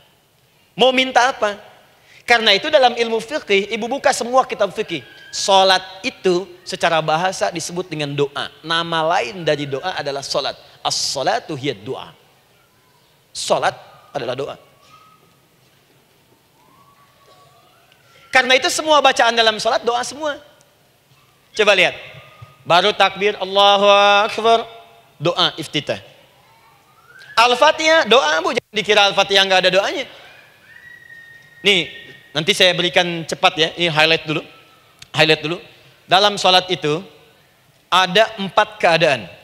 Ingat ini baik-baik. Nanti ibu manfaatkan minimal zuhur lakukan. Ada berapa keadaan? 4. Ada 4 posisi, 4 keadaan dalam sholat. Yang kalau ibu berdoa benar, meminta di situ dengan benar, itu seketika akan dikabulkan. Seketika. 1 saat berdiri. Berdiri. 2 saat ruku'. Ruku'. 3 saat sujud. 3 saat sujud. 4 sesaat sebelum salam. Berdiri, ruku', sujud, sesaat sebelum salam. Baik, sebelum saya bahas lebih jauh, saya ingin sampaikan dulu. Jadi ternyata ketika kita diminta oleh Allah menunaikan sholat, itulah cara kita memohon, Bu. Itulah waktu kita meminta. Dan dahsyatnya dalam sehari itu 5 kali ditungguin, Bu. Mana ada manusia di muka bumi ini buka pintu rumahnya 5 kali sehari, cuma untuk memberikan apa yang dibutuhkan. Sesoleh-solehnya Ustadz, gak ada yang mengatakan, ayo 5 kali sehari datang aja ke rumah saya. Kalau butuh apa-apa ambil. Butuh kulkas, ambil kulkasnya. Butuh TV, ambil. Gak ada begitu. Allah itu maha baiknya, 5 kali sehari dipanggil. Dari subuh sampai zuhur. Kita bangun tidur aja, punya masalah nggak? Ayo minta, disuruh sholat 2 rakaat. Dan sholatnya nggak usah banyak-banyak, 2 rakaat aja dulu supaya nggak ada beban. Itu pun kadang-kadang masih lupa berapa rakaat kita sholat. Ya. Ayo sujud, disuruh minta, punya masalah nggak? Terus dari subuh sampai ke siang dipanggil lagi. Punya masalah lagi nggak? Disuruh zuhur 4 rakaat. Karena waktunya cukup panjang, suruh 4. Ayo minta. Ada masalah apa? Minta sujud kita. Minta mohon. Dari zuhur ke asar ditanya lagi, ada masalah nggak? Panggil lagi. Ke maghrib sampai ke isya sebelum tidur, supaya tidurmu enak, masalah nggak ada, tenang, nikmat, nyaman istirahatnya. Ada masalah nggak? Disuruh sholat lagi. Jadi kalau orang paham sholat itu kunci kebahagiaan, dia akan senang menunaikan sholat. Makanya ketika ibu bertanya, kenapa saya sholat? Dijawab oleh muadzin, hayya 'alas shalah, ayo sholat. Kenapa sih sholat? Hayya 'alal falah. Yuk bahagia. Ayo tenang. Yuk dapatkan apa yang kamu inginkan. Falah. Jadi kalau orang paham sholat itu menyelesaikan persoalan, tentu orang akan berbondong-bondong semangat untuk menunaikan sholat. Cuman sayang segelintir orang itu menilai sholat sebagai beban. Jadi sebagai kewajiban beban saja, makanya sholatnya nggak nikmat. Karak tadi duhur, ayeuna asar deui. Tuh. Ya bagaimana doanya bisa dijawab? Anda datang pada orang, tapi datangnya dengan marah-marah. Datangnya dengan mencelanya. Ya bagaimana dia bisa memberikan kebutuhan Anda? Anda datang pada Allah dengan niat yang tidak ikhlas. Setelah itu kemudian menggunjingkannya, bagaimana bisa dijawab? Tuntutan tinggi. Tapi datang tidak membawa prestasi, ya bagaimana bisa diberi? Catat tuh, bikin status. Paham ya? Nah ini bagian pertama. Jadi cara pertama, respon kata Allah, seruan Allah. Rumus pertama sholat. Nah sekarang saya ajarkan lagi. Ini belum selesai nih Bu. Ini panjang bahasannya nih. Sampai jam berapa kita? 10 ya? Oh, banyak. Oh, mau sampai jam 5 silahkan. Saya jam 10 selesai. Ya. Lihat sini. Oke, saya punya sekitar 1 jam kurang ke depan. Saya ingin terangkan sedetil-detilnya gitu ya. Dan saya hanya menyampaikan isi Al-Quran. Quran, hadis, Quran, hadis. Sekarang gini, Ustadz saya sekarang paham, sholat berarti kunci untuk menyelesaikan masalah. Di sholat saya akan memohon. Sekarang Ustadz, bagaimana cara saya merespon sholat? Kan kata Allah, saya menyeru, respon gitu kan? Kita dipanggil sholat nih, Allahu Akbar, dipanggil. Bagaimana cara meresponnya? Sebelum minta. Awas, ibu ingin datang mengajukan proposal. Datang kepada wali kota, datang kepada gubernur, datang kepada presiden, datang kepada menteri sebelumnya. Bukankah ibu mempersiapkan diri? Penampilan ditata, proposal dibagus-bagusin gitu kan? Yang paling hebat itu kadang-kadang malam-malam latihan depan cermin. Bapak wali kota yang saya hormati. Lihat semuanya tuh. Dan yang paling luar biasa, maaf ya, janjian jam 7 dengan Pak Wali Kota, datang jam 6 ke Balai Kota. Sekarang ibu punya janji dengan Allah. Janji itu sudah diketahui sebelum pertemuannya. Kalau tidak percaya, 5 waktu ini ibu sudah hafal Bu. Ya, bahkan disuruh ngapalin oleh Allah. Buka Quran surah ke-4. Surah ibu, surah mama, An-Nisa. Ayat 103, Quran surah 4 ayat 103. فَإِذَا قَضَيْتُمُ الصَّلَاةَ فَاذْكُرُوا اللَّهَ قِيَامًا وَقُعُودًا وَعَلَى جُنُوبِكُمْ فَإِذَا اطْمَأْنَنْتُمْ فَأَقِيمُوا الصَّلَاةَ. Lihat ujung ayatnya, lihat ujung ayatnya. إِنَّ الصَّلَاةَ كَانَتْ عَلَى الْمُؤْمِنِينَ كِتَابًا مَوْقُوتًا. Sungguh semua waktu salat itu telah ditetapkan waktunya bagi orang beriman. Itu terjemahan biasa. Kalau terjemahkan pakai ilmu balaghah, sungguh orang beriman itu hafal waktu-waktu salat. Tahu waktunya. Apalagi kalau di waktu itu ibu punya kepentingan, pasti hafal. Kalau ibu benar memprioritaskan sholat dan menilai sholat sebagai solusi hidup, menilai sholat sebagai kebutuhan, ibu pasti akan hafalkan itu Bu. Nih ya, ibu dapat bagian arisan nih, bulan ini misalnya. Dan memang bagian jatah ibu, demi Allah saya katakan, sebulan sebelumnya ibu sudah hafal tanggalnya kapan. Bahkan di kalender tuh diwarnain. Papa, bagian mama nanti bulan ini. Tuh. Dicatat semua, di tempat siapa, jam berapa, datang dengan penuh keceriaan dan kebanggaan. Luar biasa. Hanya untuk urusan dunia yang itu habis gitu. Jika dia tidak meninggalkan ibu, ibu yang meninggalkan dia duluan. Sekarang 5 kali sehari semua diberikan, bahkan lebih daripada dunia dan seisinya. Harusnya sih wajarnya dihafalkan waktunya dan ibu hafal. Ayo, subuh jam berapa sekarang? Lihat sini, bukan ke atas. Ditutup tuh. Tuh, sana tuh. Subuh jam berapa? Ayo ngelihat ke sana, 4:43. Zuhur jam berapa? Tuh. Asar, maghrib, isya. Itu kan kunci ibadah. Dan kunci ijabah, kunci ibadah, kunci ijabah. Di situ ada pengabulannya. Ini gimana mau minta, waktu permintaannya aja nggak hafal. Gimana mau bermohon, datangnya aja telat. Karena itu, bagaimana cara merespon seruan Allah? Diaturlah di Quran surah kedua ayat 152. Paling kanan sebelah bawah. Quran surah kedua ayat 152. Ibu masih ingat? Bukankah sholat disebut sebagai zikir? Masih ingat? Ya, di surah ke-20 ayat 14. Wa aqimis sholata lidzikri, tunaikan sholat sebagai zikir kepadaku. Sekarang lihat ya. Lihat ketentuan Allahnya. Kalau ibu dipanggil untuk sholat, dipanggil untuk zikir, cepat respon. Ibu cepat respon, Allah pun akan cepat merespon permintaan ibu. Lihat kalimatnya. Fadhkuruni adzkurkum. Fadhkuruni adzkurkum. Kalian mengingat saya, maka saya pun akan ingat dengan kalian. Kalian zikir kepada saya, ingat saya, kata Allah, maka saya pun akan ingat kalian. Di antara makna zikir, salat. Kalau ibu salat mengingat Allah dengan cepat, maka Allah pun akan cepat mengingat kita. Contoh.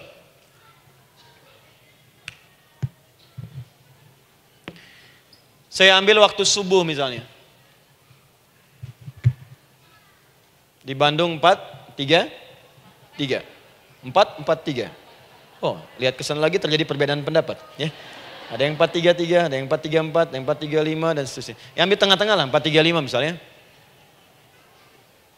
Dalam 4:35. Lihat sini, fokus. Allahu Akbar, Allahu Akbar. 4:35. Dipanggil salat, diseru. Kan tadi rumusnya di Quran surah 2 ayat 186. Faliyastajibuli. Kalau diseru cepat jawab, gitu kan? Nah, terus diseru 4:35 adzan. Allahu Akbar, Allahu Akbar. Begitu diseru, ibu langsung datang. Ya Allah, sudah adzan, seruan nih, saya siap-siap, saya ingin minta sesuatu. Nah, orang yang datang saat dia diseru Allah, dia pun datang kemudian untuk menyerunya, maka Allah pun akan menjawab apa yang ia mohonkan saat ia bermohon kepadanya. Perhatikan, dipanggil oleh Allah lewat suara muadzin, Allahu Akbar, dia merespon cepat, siap salat. Maka dia pun ketika memanggil Allah, seketika Allah pun akan jawab padanya. Sesuai dengan kadar responnya. Dipanggil saat itu, dia menjawab. Maka Allah pun akan ingat kepadanya hanya saat dia memanggil saja. Di saat panggil, diingat. Panggil, diingat. Jelas? Ini yang hebat. Dipanggil 4:35. Allahu Akbar, Allahu Akbar. Dia sudah ingat dari sejak jam 3:45. Dia bangun jam 3. Bisa. Padahal belum dipanggil. Datang. Bahkan Masya Allah, melakukan warming up dulu. Tahajud, istighfar, baca Al-Quran sebelum dipanggil. Masya Allah Bu, ibu mau datang misalnya ke istana, janjian jam 7, datang jam 6. Di situ ibu kerjakan yang baik-baik dulu. Wah lihat, terus kelihatan CCTV kan. Wah ini orang bagus banget nih, mulia, bagus. Sampah diambilin, disapu. Kelihatan. Itu ibu belum datang pun udah dipanggil duluan.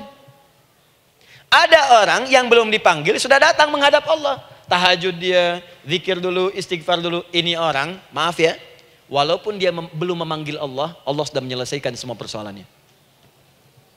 Di orang-orang yang selalu ingat kepada Allah, walaupun Allah dalam waktu tidak memanggilnya, maka Allah akan mengingatnya sekalipun orang ini belum bermohon kepadanya. Maka ibu nanti akan temukan orang-orang yang langsung diselesaikan persoalannya oleh Allah bahkan sebelum dia bermohon kepadanya. Ada orang yang seakan gak punya masalah Bu. Bukan nggak punya masalah, sebab setiap dia punya masalah, masalahnya diringankan oleh Allah. Bisa akan-akan nggak ada beban. Ah, ini indah hidupnya. Enak. Butuh sesuatu, sebelum nyari, datang. Ada persoalan, senyum dikit, selesai. Orang macet mengeluh, bikin status, dia macet malah senang. Dan hatinya dilapangkan oleh Allah. Bayangkan ada janji rapat jam 9, setengah 9 masih macet. Diprediksi di Google akan sampai 2 jam lagi. Yang lain mengeluh, telepon sana, telepon sini, ini. Dia enggak aja, lapang aja. Alhamdulillah ya Allah kasih macet. Morotal, saya mau dengerin surah Al-Baqarah. Buka, hafalin. Partnernya nelpon. Sampai di mana akhi? Ini sampai di surah Al-Baqarah ayat 186. Tidak ada yang sia-sia dari Allah. Sabar ya di sana. Ya, atau kita bisa koneksikan dari sini apa yang bisa saya selesaikan sekarang di sini sehingga sampai sana kita tinggal kesimpulan saja. Tenang hatinya. Ada gerasak, gerusuk, gulisah gini, telepon sana sini, klaksonin. Dasar lampu merah, lama, birunya sebentar. Padahal biru nggak ada, yang ada hijau kan. Jadi kalau sudah begitu enak, Bu. Yang perempuan ada di Quran Maryam. Maryam kan perempuan. Dan Maryam itu bukan nabi, bukan rasul. Ingin memberikan pesan kepada ibu, perempuan dimanapun. Tidak harus jadi nabi supaya doa cepat dikabulkan. Tidak harus menjadi rasul. Ini Maryam bukan nabi, bukan rasul. Tapi dia ini luar biasa. Sebelum dipanggil, udah datang. Zikirnya tak terlukiskan. Mohon kepada Allahnya luar biasa. Menjaga diri dari hal yang dilarang oleh Allah. Apa hasilnya? Sebelum diberikan bahkan oleh pamannya, sudah ada kebutuhannya. Quran surah ketiga ayat 37. Kullama dakhala 'alaiha Zakaria al-mihraba wajada 'indaha rizqa. Setiap pamannya mau memberikan kebutuhan Maryam sudah ada di dalamnya, Bu. Sudah ada. Itu luar biasa. Mau makan, makanan ada. Mau anggur, anggur ada. Ya. Wah, itu luar biasa, Bu. Jadi bermohon bahkan sebelum waktunya. Sentuhlah ia tepat di hatimu, maka ia akan jadi milikmu untuk selamanya. Wah. Nah, itu doa tuh.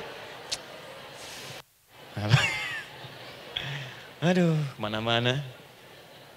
Paham? Tuh. Jadi kalau yang standar-standar saja itu biasa. Maka datang sebelum waktunya. Datang. Atau datang pas dipanggil, standar. Jadi kalau 4.35 adzan, Allahu Akbar, Allahu Akbar. Ibu bangun, siap sholat, siap sholat. Itu standar. Yang dulu bahagia. Naikin lagi levelnya. Yang celaka itu ya ini nih. Dipanggil 4.35, baru bangun 5.34.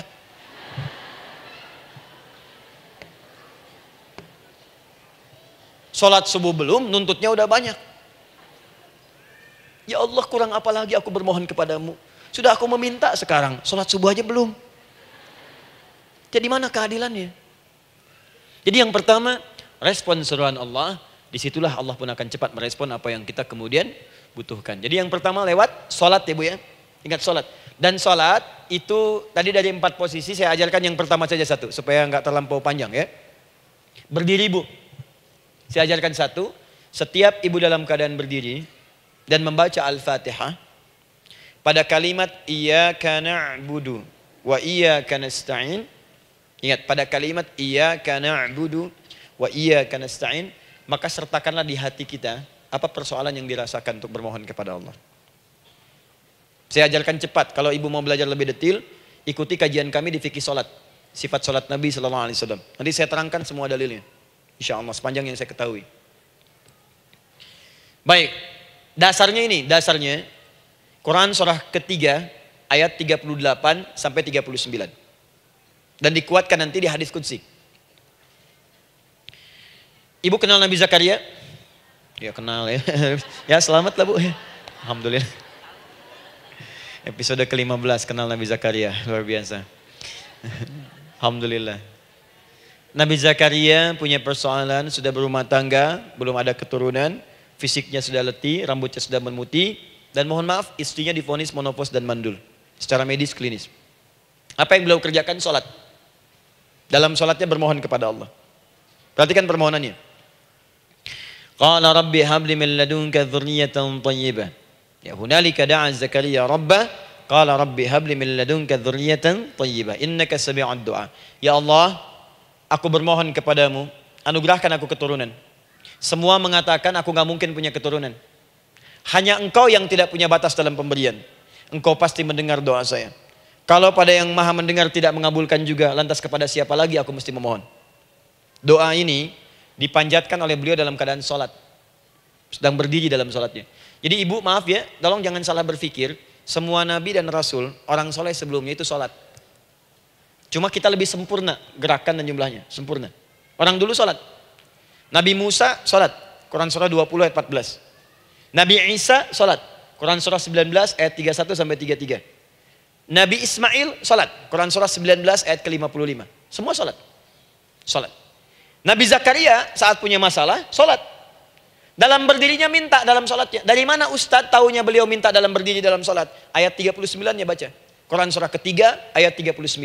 Fanadatsul malaika, maka doanya itu dijawab oleh Allah.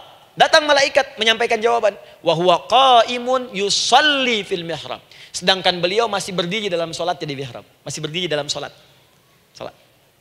Di dalam sholat itu minta. Makanya semua bacaan sholat itu permintaan isinya. Dan dikabulkan oleh Allah. Anallaha yubashshiruka bi Yahya. Allah kasih kabar gembira, engkau akan punya anak, langsung namanya dari Allah Yahya. Artinya hidup yang mustahil menurut manusia. Lahir dari rahim seorang perempuan yang divonis monopos dan mandul menurut medis. Kata Allah tidak ada yang mustahil bagiku. Lahir dan hidup dia, Yahya. Kapan terjadinya? Sedang sholat. Kapan saat sholatnya? Berdiri. Nah yang paling menarik bu, umatnya Nabi Muhammad SAW ditunggu oleh Allah 5 kali dalam sehari. Dan dimintakan sebelum sholat untuk menyiapkan permohonannya. Maka turunlah Quran surah kedua ayat ke-45. Ibu lihat ayatnya. Wasta'inu bis-sabri was-salah. Bahkan ditegaskan lagi. Di Quran surah kedua ayat 153. Paling kanan sebelah bawah. Ya ayyuhalladzina amanu ista'inu bis-sabri was-salah. Yang pertama nggak pakai panggilan iman. Wasta'inu, kata Allah, hei, kalau kamu punya masalah, jangan mengeluh, jangan berkeluh kesah, jangan terlampau banyak gelisah, cepat siapkan dirimu untuk menunaikan sholat. Siapkan permohonanmu, minta kepada aku lewat sholat. Kalau belum yakin, disebutkan imannya. Ya ayyuhalladzina amanu, hei orang-orang yang masih merasa punya iman, katanya punya iman. Jadi kalau ibu nggak mau minta lewat sholat, dipertanyakan imannya. Kamu punya iman nggak? Kata Allah, yakin nggak dengan saya? Kalau punya masalah jangan mengeluh. Datang pada saya minta. Lewat sholat, saya panggil sholat minta. Kalau masih merasa punya iman. Tuh, iman kita tuh dipertaruhkan di situ. Nah sekarang, saya berikan rumus bahasanya. Allah memanggil kita dengan bentuk jama, perintah jama. Wasta'inu, wasta'inu. Itu bentuk perintah. Wasta'inu, bentuk perintah.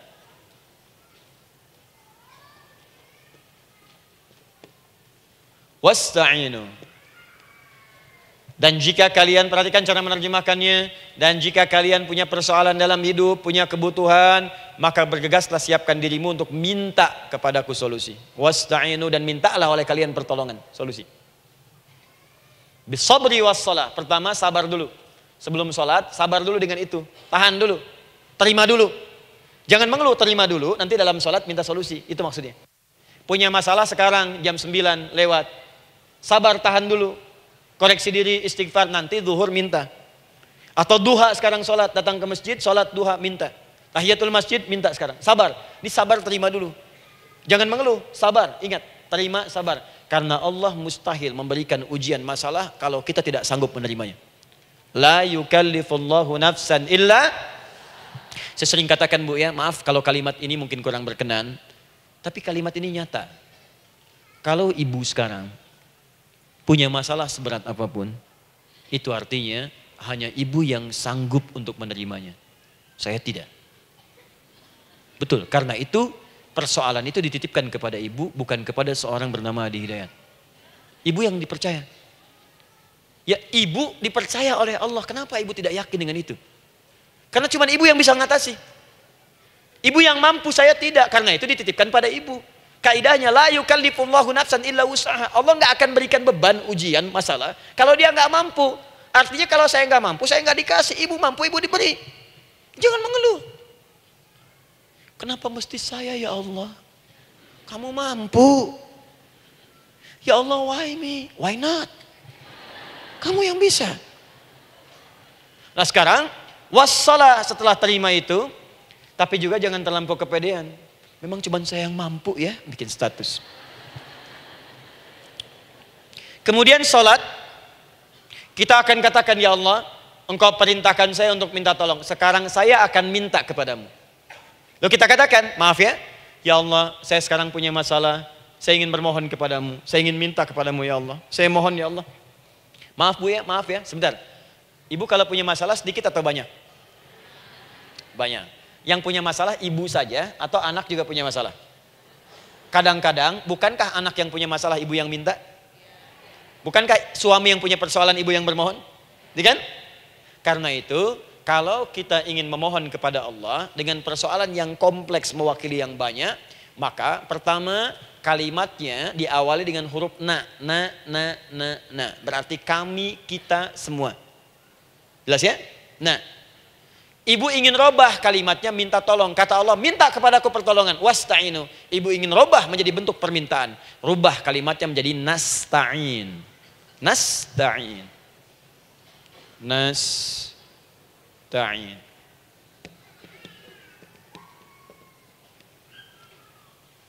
Wasta'inu nasta'in. Minta kepada siapa tadi? Allah. Boleh minta kepada selain Allah? Tidak. Hanya kepada Allah saja? Hanya kepada Allah saja. Hanya kepadamu ya Allah. Tidak kepada yang lain. Maka kalimatnya menjadi iyyaka. Iyyaka. Hanya kepadamu saja ya Allah. Engkau berjanji, kalau ada masalah minta aku berikan. Sekarang hanya kepadamu saja ya Allah, aku bermohon. Maka kalimatnya namanya iyyaka nasta'in. Sekarang saya tanya kepada ibu, apakah dalam sholat ibu membaca kalimat iyyaka nasta'in? Tuh. Saya mau tanya, ibu bacanya saat ruku atau saat sujud? Berdiri. Gak ada orang ruku baca kalimat ini. Allahu Akbar, iyyaka na'budu wa iyyaka nasta'in. Berdiri. Iyyaka na'budu wa iyyaka. Nah, sekarang saya bacakan hadis qudsinya. Tersambung dari Nabi sallallahu alaihi wasallam. Qala Rasulullah sallallahu alaihi wasallam, qala Allah azza wa jalla. Allah langsung yang berfirman lewat hadis qudsi. Perhatikan bahasanya. Qasamtu shalah baini wa baina 'abdi. Saya bagi dalam salat itu dua bagian, antara hak aku dan hak hambaku. Wali 'abdi ma sa'ala. Dan jika benar hambaku menunaikan kewajibannya dengan baik, menjaga hak-hak aku, maka pada saat itu apapun yang dia minta dalam salat aku akan berikan. Apapun. Kapan itu terjadi? Perhatikan kalimatnya. Idza qala al-'abdu, kalau hamba mulai membaca dalam salatnya, alhamdulillahi rabbil alamin. Alhamdulillahi rabbil alamin. Qala Allah azza wa jalla, seketika Allah menjawab, hamadani 'abdi, hambaku sedang memujiku. Ibu ingat baik-baik Bu ya. Ingat baik-baik. Setiap ibu baca Al-Fatihah dalam salat itu Allah memperhatikan dan menjawab bacaan ibu. Tadi masih ingat ketika saya katakan wa idza sa'alaka 'ibadi anni fa inni qarib, Allah itu dekat. Ya. Wa idza qala al-'abdu ar-rahmanir rahim, kalau hamba melanjutkan ar-rahmanir rahim, qala Allah azza wa jalla, Allah langsung menjawab athna 'alayya 'abdi, hambaku sedang menyanjungku. Wa idza qala al-'abdu maliki yaumiddin, ketika hamba berkata maliki yaumiddin, qala Allah azza wa jalla, Allah menjawab majjadani 'abdi, hambaku sedang mengagungkanku. Sekarang perhatikan kalimat ini. Wa idza qala al-'abdu, jika seorang hamba berkata, iyyaka na'budu wa iyyaka nasta'in, ya Allah, sekarang hamba sholat ibadah atas perintahmu. Dan hamba minta ya Allah, hamba punya masalah, hamba punya persoalan, dan kau janjikan minta dalam sholat. Qala Allah azza wa jalla, Allah jawab, hadza baini wa baina abdi, inilah perjanjian aku dengan hambaku. Wali abdi, kalau hambaku benar sholatnya sampai bacaan ini, masalah apapun yang dia minta sekarang aku akan kabulkan. Dalam berdiri. Cuman sayang, kadang-kadang dalam keadaan ini banyak yang tidak minta. Maka caranya saya sampaikan yang pertama, kalau ibu sudah sampai ke bacaan ini, iyyaka na'budu wa iyyaka nasta'in, sertakanlah dalam hati ibu. Gak usah dilafadzkan. Sertakan ibu punya masalah apa. Atau secara umum minta solusi. Minta. Nabi itu kalau sholat, Nabi SAW kalau sholat, Itu kalau baca ayat-ayat Quran, itu seringkali berhenti, Bu. Sering berhenti. Kalau dalam ayat doa, beliau berhenti, mohonkan dengan baik. Kalau ayat-ayat surga, minta supaya umatnya ke surga. Ayat-ayat neraka, mohon supaya umatnya dibebaskan dari neraka. Minta. Kesaksiannya banyak. Hudzaifah al-Yamani pernah salat di belakang Nabi, begitu. Abdullah bin Mas'ud radhiyallahu ta'ala anhu salat di belakang Nabi, begitu. Ubay bin Ka'ab radhiyallahu ta'ala anhu salat di belakang Nabi, begitu. Di kesaksian mereka sama semua. Makanya seringkali itu nggak sadar, enak salat dengan Nabi itu. Nyaman. Kalau baca ayat surga seakan-akan pengen cepat ke surga. Kalau baca ayat doa berdoa, jadi nggak sadar. Rakaat pertama 100 ayat aja Al-Baqarah. Ya, kadang-kadang lewat ke Ali Imran. Pernah rekornya 5 juz 4 halaman, An-Nisa ayat 176 baru berhenti. Ya walaupun besoknya nggak pada ikutan lagi. Ya, karena merasa ini kapan rukunya gitu, sekarang atau nanti, sekarang atau nanti. Tapi enak. Nah, saya ajarkan satu hal, kalau kita sampai pada bacaan Al-Fatihah tadi, jeda sejenak, Bu, rasakan itu, minta. Minta. Setelah itu Allah ajarkan satu lafaz, kalau lafaz ini benar dibacakan oleh ibu, benar dibacakan, maka seketika doa akan dijawab. Langsung dikabulkan. Apa bacaan itu? Nanti dalam pelajaran selanjutnya kita akan bahas ya, insya Allah. Masih ada waktu? Oh ya, kalau masih kita bahas ya. Masih. Ada sesi mau jawab pertanyaan dulu, diskusi dulu, atau saya teruskan sebentar? Teruskan ya. Baik, kalau kita sampai jam 10, saya jeda sampai ke 9.45. Jadi 15 menitnya kita bisa diskusi ya. Baik. Apa lafaz yang kita bisa mohonkan? Teruskan ayatnya. Ihdinas siratal mustaqim. Ihdinas siratal mustaqim. Ihdinas siratal mustaqim. Ini Bu, nanti Ibu lihat dalam kajian tafsir yang kami sampaikan, juga dalam kajian fikih salat saya bahas dengan detail. Di sini singkat saja, singkat padat. Ihdina itu, ya Allah berikan kami hidayah, berikan kami jalan, berikan kami petunjuk, tunjukkan kami jalan yang lurus. Kalimat ihdina asalnya dari kata hidayah. Hidayah, jamaknya hudan. Ihdina, berikan kami hidayah, berikan kami hudan. Kalau tunjukkan kami jalan yang lurus, itu terjemahan Bu. Terjemahan. Kalau Ibu ingin makna tafsir per huruf, per kalimat, bahkan per harokat, itu semua ada maknanya. Karena semua kalimat Quran itu mukjizat. Ihdina dari kata hidayah, hudan, berikan kami hidayah. Hidayah dalam bahasa Arab itu banyak maknanya. Bisa solusi dari semua persoalan. Bisa jalan menuju kemudahan. Bisa kesuksesan. Bisa petunjuk, banyak. Kalau dikumpulkan namanya hudan. Hudan. Makanya Al-Quran disebut hudan. Karena di Quran ada semua. Solusi ada, petunjuk ada, kemudahan ada. Dzalikal kitabu la raiba fi hudal. Al-Quran hudan. Syahrul Ramadan alladzi unzila fihi al-Quran hudan linnas. Isi Quran semua hudan. Di situ ada solusi. Di situ ada petunjuk. Di situ ada kemudahan. Kalau kita ingin minta semua itu, kalimatnya dikatakan fi'il amr lit talab, permohonan dalam bentuk kalimat permintaan. Ihdina, berikan kepada kami hudan. Kalau sudah mengatakan ihdina artinya minta solusi, minta kemudahan, minta petunjuk. Jadi ketika Ibu mengucapkan kalimat ihdinas siratal mustaqim, itu artinya ya Allah berikan kepada kami solusi dari masalah yang sedang saya hadapi. Berikan petunjuk dari persoalan yang sedang saya jalani. Berikan kemudahan ya Allah dari kesulitan yang tengah saya hadapi. As-siratal mustaqim, yang lurus, yang gampang. Karena jalan yang gampang itu lurus, gak berkelok Bu. Langsung ke tujuan. Saya mau ke sini jalannya belok-belok, gak langsung kan gak enak. Ibu mau ke satu undangan jalannya belok sini, belok sini, belok sini, belok sini. Kelokan 9, kelokan 7, kelokan 8. Ya. Kan rasanya berliku. Ibu ingin mendapatkan solusi tapi dilempar-lempar ke sini dulu berkelok, sini dulu, sini dulu, sini dulu. Kenapa nggak Ibu lurus dapatkan langsung? Dalam bahasa Arab, apalagi kalimat yang fasih, mendapatkan sesuatu dengan gampang, dengan mudah, as-siratal mustaqim, lurus ke tujuan, cepat, mudah.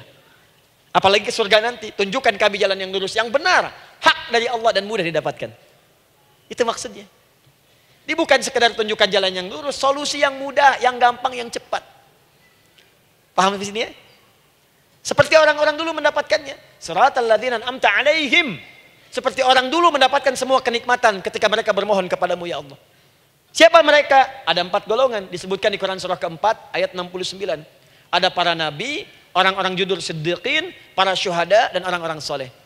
Ya, wa may yuti'illaha wa rasul fa ulaika ma'al ladzina an'ama Allahu 'alaihim minan nabiyyina was-siddiqina wasyuhada was-shalihin. Para nabi dulu berdoa, ya Allah, saya ada masalah, dikabulkan. Kita minta, ya Allah, sekarang saya berdoa, tolong kabulkan seperti nabi-nabi dulu dikabulkan. Nabi Ayub sakit, berdoa dikabulkan. Kita sakit, dikabulkan. Nabi Ibrahim ada ujian, dikabulkan. Nabi Ibrahim punya ujian dengan anak. Kita ada ujian dengan anak, minta dikabulkan. Anak-anak berselisih, ada yang dendam, yang iri. Seperti anaknya Nabi Yakub. Nabi Yakub berdoa, dikabulkan. Kita minta, dikabulkan. Ada syuhada, berdoa, dikabulkan. Kita minta, dikabulkan. Orang soleh berdoa, minta, dikabulkan. Kita minta, dikabulkan. Ya Allah, seperti engkau kabulkan doa orang-orang dulu yang melahirkan nikmat, mohon kabulkan kami yang minta sekarang dan mendapatkan kenikmatan itu. Itu maksudnya. Ya, siratal ladzina an'amta 'alaihim. Siapa an'amta 'alaihim di sini? Ulaikal ladzina an'amallahu 'alaihim. Sama persis kalimatnya. Minan nabiyyina was-siddiqina wasyuhada'i was-shalihin. Ini jangan diartikan sebatas terjemahan. Walaupun di musim haji sekarang itu bisa dipakai. Saya tugas 2010 di Mekah. Ada jemaah kesasar, lupa maktab. Kemudian ingin balik, nggak tahu jalan. Dia ketemu askar. Askar nggak bisa bahasa Indonesia, dia nggak bisa bahasa Arab. Tapi dia hafal Al-Fatihah. Datang kepada askar, dia tunjukkan gelangnya. Pak, ihdinas siratal mustaqim. Tunjukkan saya jalan yang lurus. Tunjukkan gelang. Askar gak bisa bahasa Indonesia. Dikasih bahasa Arab gak paham-paham. Tapi askar ini pun cerdas. Dia tunjuk, dia lihat gelangnya. Oh, maktab sana. Siratal ladzina an'amta 'alaihim ghairil maghdubi 'alaihim waladdallin. Lurus, jangan belok-belok. Kalau belok nanti engkau tersesat atau dicaci maki orang. Maghdub ya dicela orang. Dhalin tersesat, kan? Jangan dicela, jangan sesat, lurus. Tapi kalau dalam berdoa dalam sholat minta di hati hadirkan. Jelas ya? Nah, itu posisi pertama. Jadi pertama minta lewat sholat. Yang kedua cepat rajin istighfar, Bu. Saya cepat ya, rajin istighfar. Saya ada 7 menit lagi. Ibu rajin istighfar. Astaghfirullah, astaghfirullah, astaghfirullah, astaghfirullah. Itu yang paling singkat. Astaghfirullahaladzim, astaghfirullahaladzim, astaghfirullahaladzim. Itu yang menengah. Astaghfirullahaladzim, alladzi la ilaha illa huwal hayyul qayyum wa natubu ilaihi. Astaghfirullahaladzim, alladzi la ilaha illa huwal hayyul qayyum wa natubu ilaihi. Astaghfirullahaladzim, alladzi la ilaha illa huwal hayyul qayyum wa natubu ilaihi. Itu yang cukup panjang. Ibu rajin istighfar. Orang yang rajin istighfar itu diantara yang disebutkan dalam riwayat-riwayat adalah orang-orang yang cepat dijawab doanya. Hanya dengan istighfarnya. Jadi dia tuh punya keinginan, dia nggak katakan. Jadi keinginan di benaknya dia, terus dia istighfar. Astagfirullah, astagfirullah, astagfirullah. Itu kalau benar rajin istighfar, seketika dikabulkan. Cepat. Ada seorang yang hidup, ini tukang roti. Di zaman Imam Ahmad bin Hanbal. Saya pernah kisahkan ini di beberapa keadaan. Orang ini itu ahli istighfar. Jadi maaf ya Bu ya, bukan istighfarnya pas ada keperluan aja, bukan. Ada ta'lim Ustaz Adi, sab pertama astagfirullah, astagfirullah, astagfirullah, bukan. Besok ada arisan, astagfirullah, astagfirullah, bukan. Jadi bukan ada keperluan istighfar, bukan. Orang ini membiasa istighfar. Jadi setiap mengerjakan apapun dia istighfar. Mau minum, bismillah, astagfirullah, astagfirullah. Dia setiap buka adonan, astagfirullah, astagfirullah. Nah, satu ketika Imam Ahmad itu nggak tahu kenapa pengen datang ke daerah itu. Ya kalau misalnya ibu tinggal di Cicahem, misalnya kan Imam Ahmad tiba-tiba pengen ke Cicahem aja. Terus karena lelah, mampir ke masjid. Istirahat di dalam masjid. Tiba-tiba kata penjaga masjidnya, DKM-nya, marbotnya, ya Syekh, idhab, pergi, nggak boleh tiduran di sini. Kata Imam Ahmad, saya kan cuma numpang istirahat, nggak boleh keluar. Dan dia nggak tahu kalau itu imam besar. Dan Imam Ahmad itu sudah populer Bu, sangat famous, familiar. Cuman orang kan nggak pernah lihat wajahnya. Dulu kan nggak ada Facebook, nggak ada Instagram, nggak ada handphone, nggak ada apa-apa. Jadi kalau orang terima Ahmad, ya Ahmad aja kemana-mana. Oh no, Imam Ahmad, dia Imam Ahmad, Imam besar, Imam Syafi'i, Imam besar. Tapi nggak pernah lihat. Sekarang kan udah kelihatan. Ya, udah kelihatan. Sekarang banyak. Makanya orang dulu tuh senang begitu tahu, dikasih tahu, Nabi aja ke Madinah Bu, nggak ada yang tahu kalau itu Nabi Muhammad kalau belum pernah lihat. Karena beliau di bawah, Abu Bakar di atas. Abu Bakar kan naik kan, untanya Nabi. Nabi Muhammad pas di bawah gantian tuh di jalan. Orang mengira yang di atas unta Nabi Muhammad. Padahal Nabi Muhammad yang jalan kaki, nggak kelihatan. Makanya responnya bola ketika tahu Nabi, senang luar biasa. Minta doa, minta ini, minta itu. Orang sekarang tidak. Karena sering banyak lihat di TV media sosial, begitu ketemu, minta foto. Ini lain kisahnya. Nggak tahu dia, pergi keluar. Kata Imam Ahmad, ya sudah, keluar beliau. Nggak mau ribut. Istirahat di luar. Di pelataran. Di sini juga nggak boleh. Lihat kalimatnya. Barwah, keluar, pergi. Barwah itu kasar, Bu. Begitu kemudian di debat lagi, saya cuma di luar. Rawah itu dari kata roh, Bu. Itu paling kasar. Artinya keluar dengan roh-rohnya sekalian.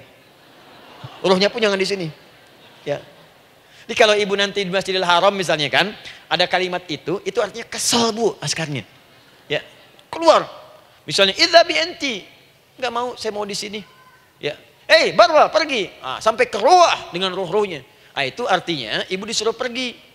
Ya, bukan jangan mengelak lagi. Rawah. Saya bukan rawah, saya rohayati. Suruh pergi. Imam Ahmad pergi tuh akhirnya. Pergi, di jalan kelihatan ada tukang roti tadi. Begitu kelihatan capek lah dipanggil, Syekh, kayaknya lelah istirahat di sini. Dan tukang roti pun nggak tahu kali itu Imam Ahmad. Begitu istirahat, duduk, kelihatan Imam Ahmad setiap buka adonan, astagfirullah. Bikin lagi, astagfirullah.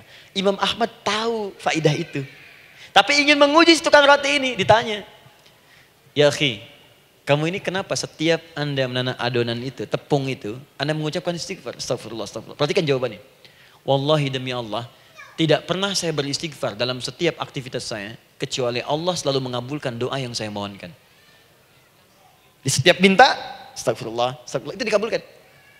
Cuman satu yang sampai sekarang belum terkabul. Apa itu kata Imam Ahmad? Saya ini selalu bermohon kepada Allah, ya Allah, mohon sebelum saya wafat atau setelah ia wafat, pertemukan saya ya Allah dengan Imam Ahmad bin Hanbal. Sebelum saya yang wafat atau wafat Imam Ahmad. Kata Imam Ahmad, astagfirullah. Allahu Akbar. Itu mungkin yang memperjalankan saya kemari. Tiba-tiba pengen ke sini, sampai diusir keluar dari rumah Allah dari masjid, sampai di sini karena istighfar Anda. Sayalah Imam Ahmad bin Hanbal. Astagfirullah. Imam Ahmad ke situ datang. Tolong jangan lakukan pada saya. Salah di hidayat ya Allah. Astagfirullah. Saya jawab lagi dari sana. La haula wala quwata illa billah.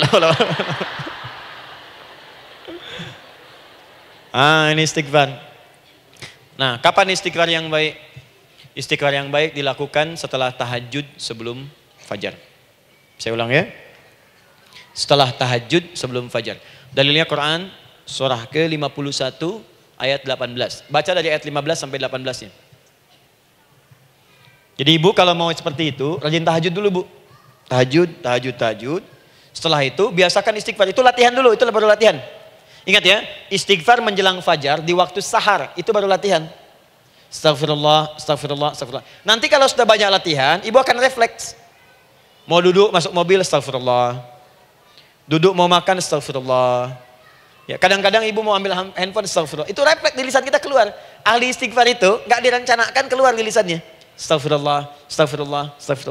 Kalau sudah seperti itu, berbahagialah. Karena apapun kadang ibu inginkan, sepanjang itu ibu butuhkan, seketika dikabulkan. Ya. Yang ketiga, yang terakhir.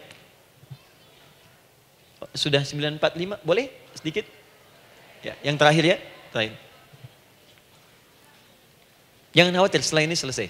Jangan khawatir. Yang ketiga, ini amalan yang paling dahsyat. Jadi yang pertama minta dikabulkan.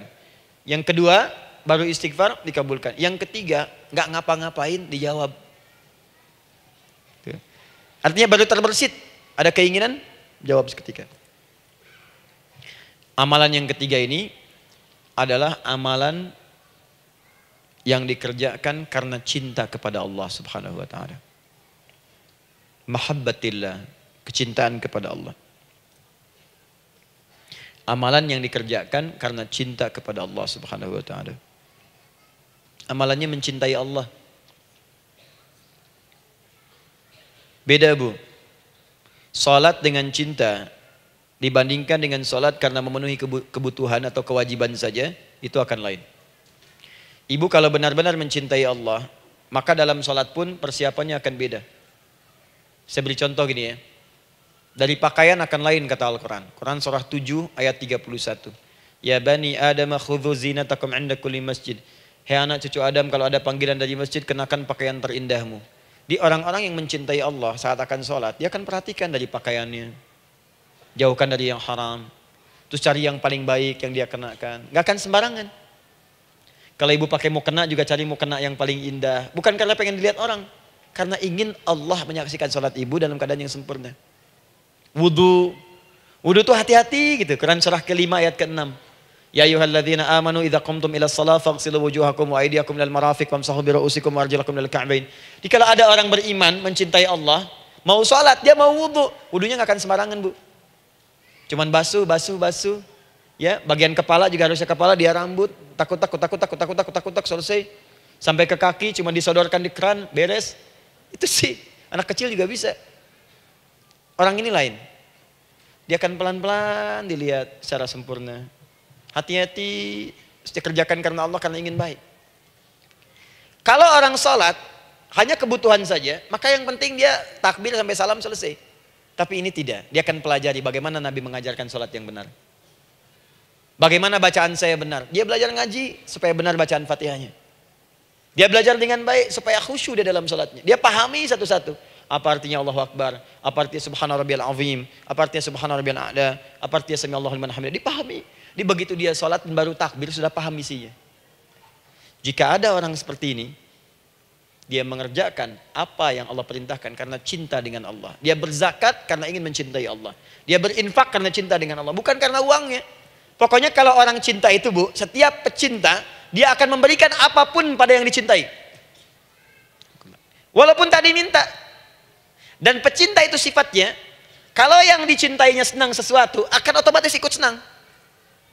Ibu misalnya senang ya dengan pasangan sebelum menikah. Pasangan senang kucing, ibu akan terpaksa senang kucing. Ibu cinta dengan anak, semua akan diikuti apa yang diinginkan. Seperti itu, cinta itu butuh pembuktian.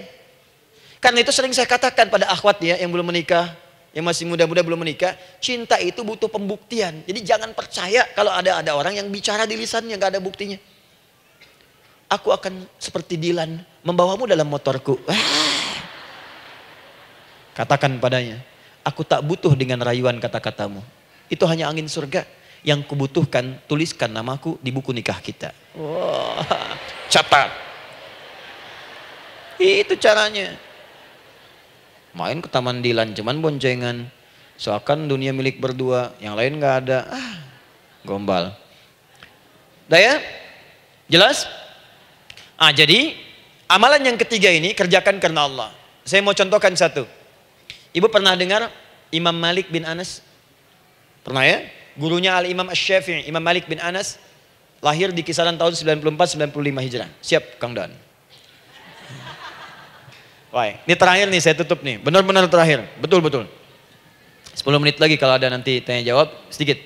Imam Malik ini, Bu, itu Masya Allah, saking cinta pada Allah dan Rasul, itu tidak pernah, jangankan sholat, dalam beliau memberikan fatwa pun akan mencari pakaian yang paling bagus, paling indah. Dan beliau menjaga adab dalam menyampaikan kalimat Nabi pun itu luar biasa. Sampai satu kali pernah pakai jubah bagus, indah, ada lebah menyengat di kepalanya, sedang menyampaikan hadis, saking hormatnya terhadap hadis Nabi, lebah itu dibiarkan menyengatnya. Nggak mau memutus kalimat Nabi, hadis Nabi hanya untuk mengusir lebah, dibiarkan sampai tersengat. Apa yang Allah berikan kepada beliau? Allahu Akbar. Satu kali singkat berdiskusi dengan muridnya Al-Imam Asy-Syafi'i. Kata Al-Imam Asy-Syafi'i, ya guru, setahu saya rizki itu dicari dulu baru dikasih. Imam Malik lebih tinggi ilmunya pada saat itu. Beliau tahu ada 8 jenis rizki. Ya Syafi'i, ada rizki yang tidak perlu dicari, Allah berikan. Wah, berdebat tuh sampai berpisah. Setelah itu secara singkat Imam Asy-Syafi'i lewat di kebun anggur sedang panen anggur besar. Tiba-tiba tergerak untuk membantu, datang ke situ bantu. Begitu selesai dikasih hadiah anggur banyak, besar-besar, indah, enak, gitu kan? Ketika diberi itu langsung senang beliau. Bukan karena anggurnya, karena merasa pendapatnya benar. Jadi begitu bekerja baru dapat. Dibawalah anggur ini diberikan pada gurunya. Perhatikan adabnya terhadap guru. Kalau ibu adabnya bagus pada guru, keberkahan dapat, ilmunya pun menghunjam di jiwa. Imam Syafi'i nggak merasa benar, tapi memberikan sebuah jawaban dengan adab. Guru, tadi itu ada panen anggur, saya mencoba membantu. Begitu saya bantu, dikasih anggur, dikencangkan kalimatnya. Begitu saya bantu, dikasih. Dibantu dulu, baru dikasih. Kalau saya nggak bantu, saya nggak dikasih. Apa jawab Imam Malik? Imam Malik tersenyum, tertawa. Tabassama dhahika. Masya Allah Syafi'i, bahasa kita. Tadi itu saya keluar, mau ngajar. Siang-siang terik begini, saya kepikiran, ya Allah, kalau makan anggur yang enak-enak, enak banget sekarang ini. Ada anggur sekarang. Tuh. Murid berikhtiar, guru mendapatkan hasil. Setelah itu Asy-Syafi'i naik dan jadi bintang di zamannya, sampai kekinian pun luar biasa. Dan mendapatkan barakah gurunya, seperti gurunya dapatkan, muridnya pun meraihnya. Itulah 3 cara bagi kita untuk bermohon kepada Allah. Jika ingin dipercepat oleh Allah, bisa lewat salat, bisa lewat istighfar, bisa juga dengan menciptakan amalan-amalan, atau mengikuti amalan-amalan yang dicintakan atau ditujukan untuk mencintai Allah Subhanahu wa taala. Ibu bisa paham ini? Baik. Kemudian berdoa. Tapi yang jadi masalah, Ustadz ketika berdoa kok belum dikabulkan juga? Apa ciri doa dikabulkan? Seperti apa kita tahu doa kita dikabulkan? Itu mungkin kita bahas di episode yang berbeda insyaallah. Alhamdulillahi rabbil alamin. Ar-Rahmanir Rahim. Maliki yaumiddin. Iyyaka na'budu wa iyyaka nasta'in. Ihdinas siratal mustaqim. Siratal ladzina an'amta 'alaihim ghairil maghdubi 'alaihim waladdallin. Allahumma nahmaduka hamdan syakirin, hamdan na'imin, hamdan yuwafi ni'amahu wa yukafi'u mazidah. Ya Rabbana lakal hamdu wa lakal syukru kama yanbaghi li jalali wajhikal karim wa li 'azimi sultanik. Allahumma salli wa sallim barik ala rasulikal karim, nabiyyikal amin, sayyidina Muhammadin wa ala alihi wa sahbihi wa ummatihi ila yaumiddin. Allahumma Rabbana yal ghafur rahim, la tada' lana fi maqamina hadha fi kulli maqamin dhanban illa ghafartah. Duhai Allah, kami bermohon kepadamu, Engkau yang maha pengampun, Engkau yang maha penghapus segala dosa. Kami mengakui kami berbuat salah, kami mengakui banyak dosa kami kumpulkan. Maka kami mohon kepadamu ya Allah, jangan biarkan ada satu orang pun berada di sekitaran majlis ta'lim ini, kecuali sebelum ia pulang Engkau telah ampuni segala dosa-dosanya.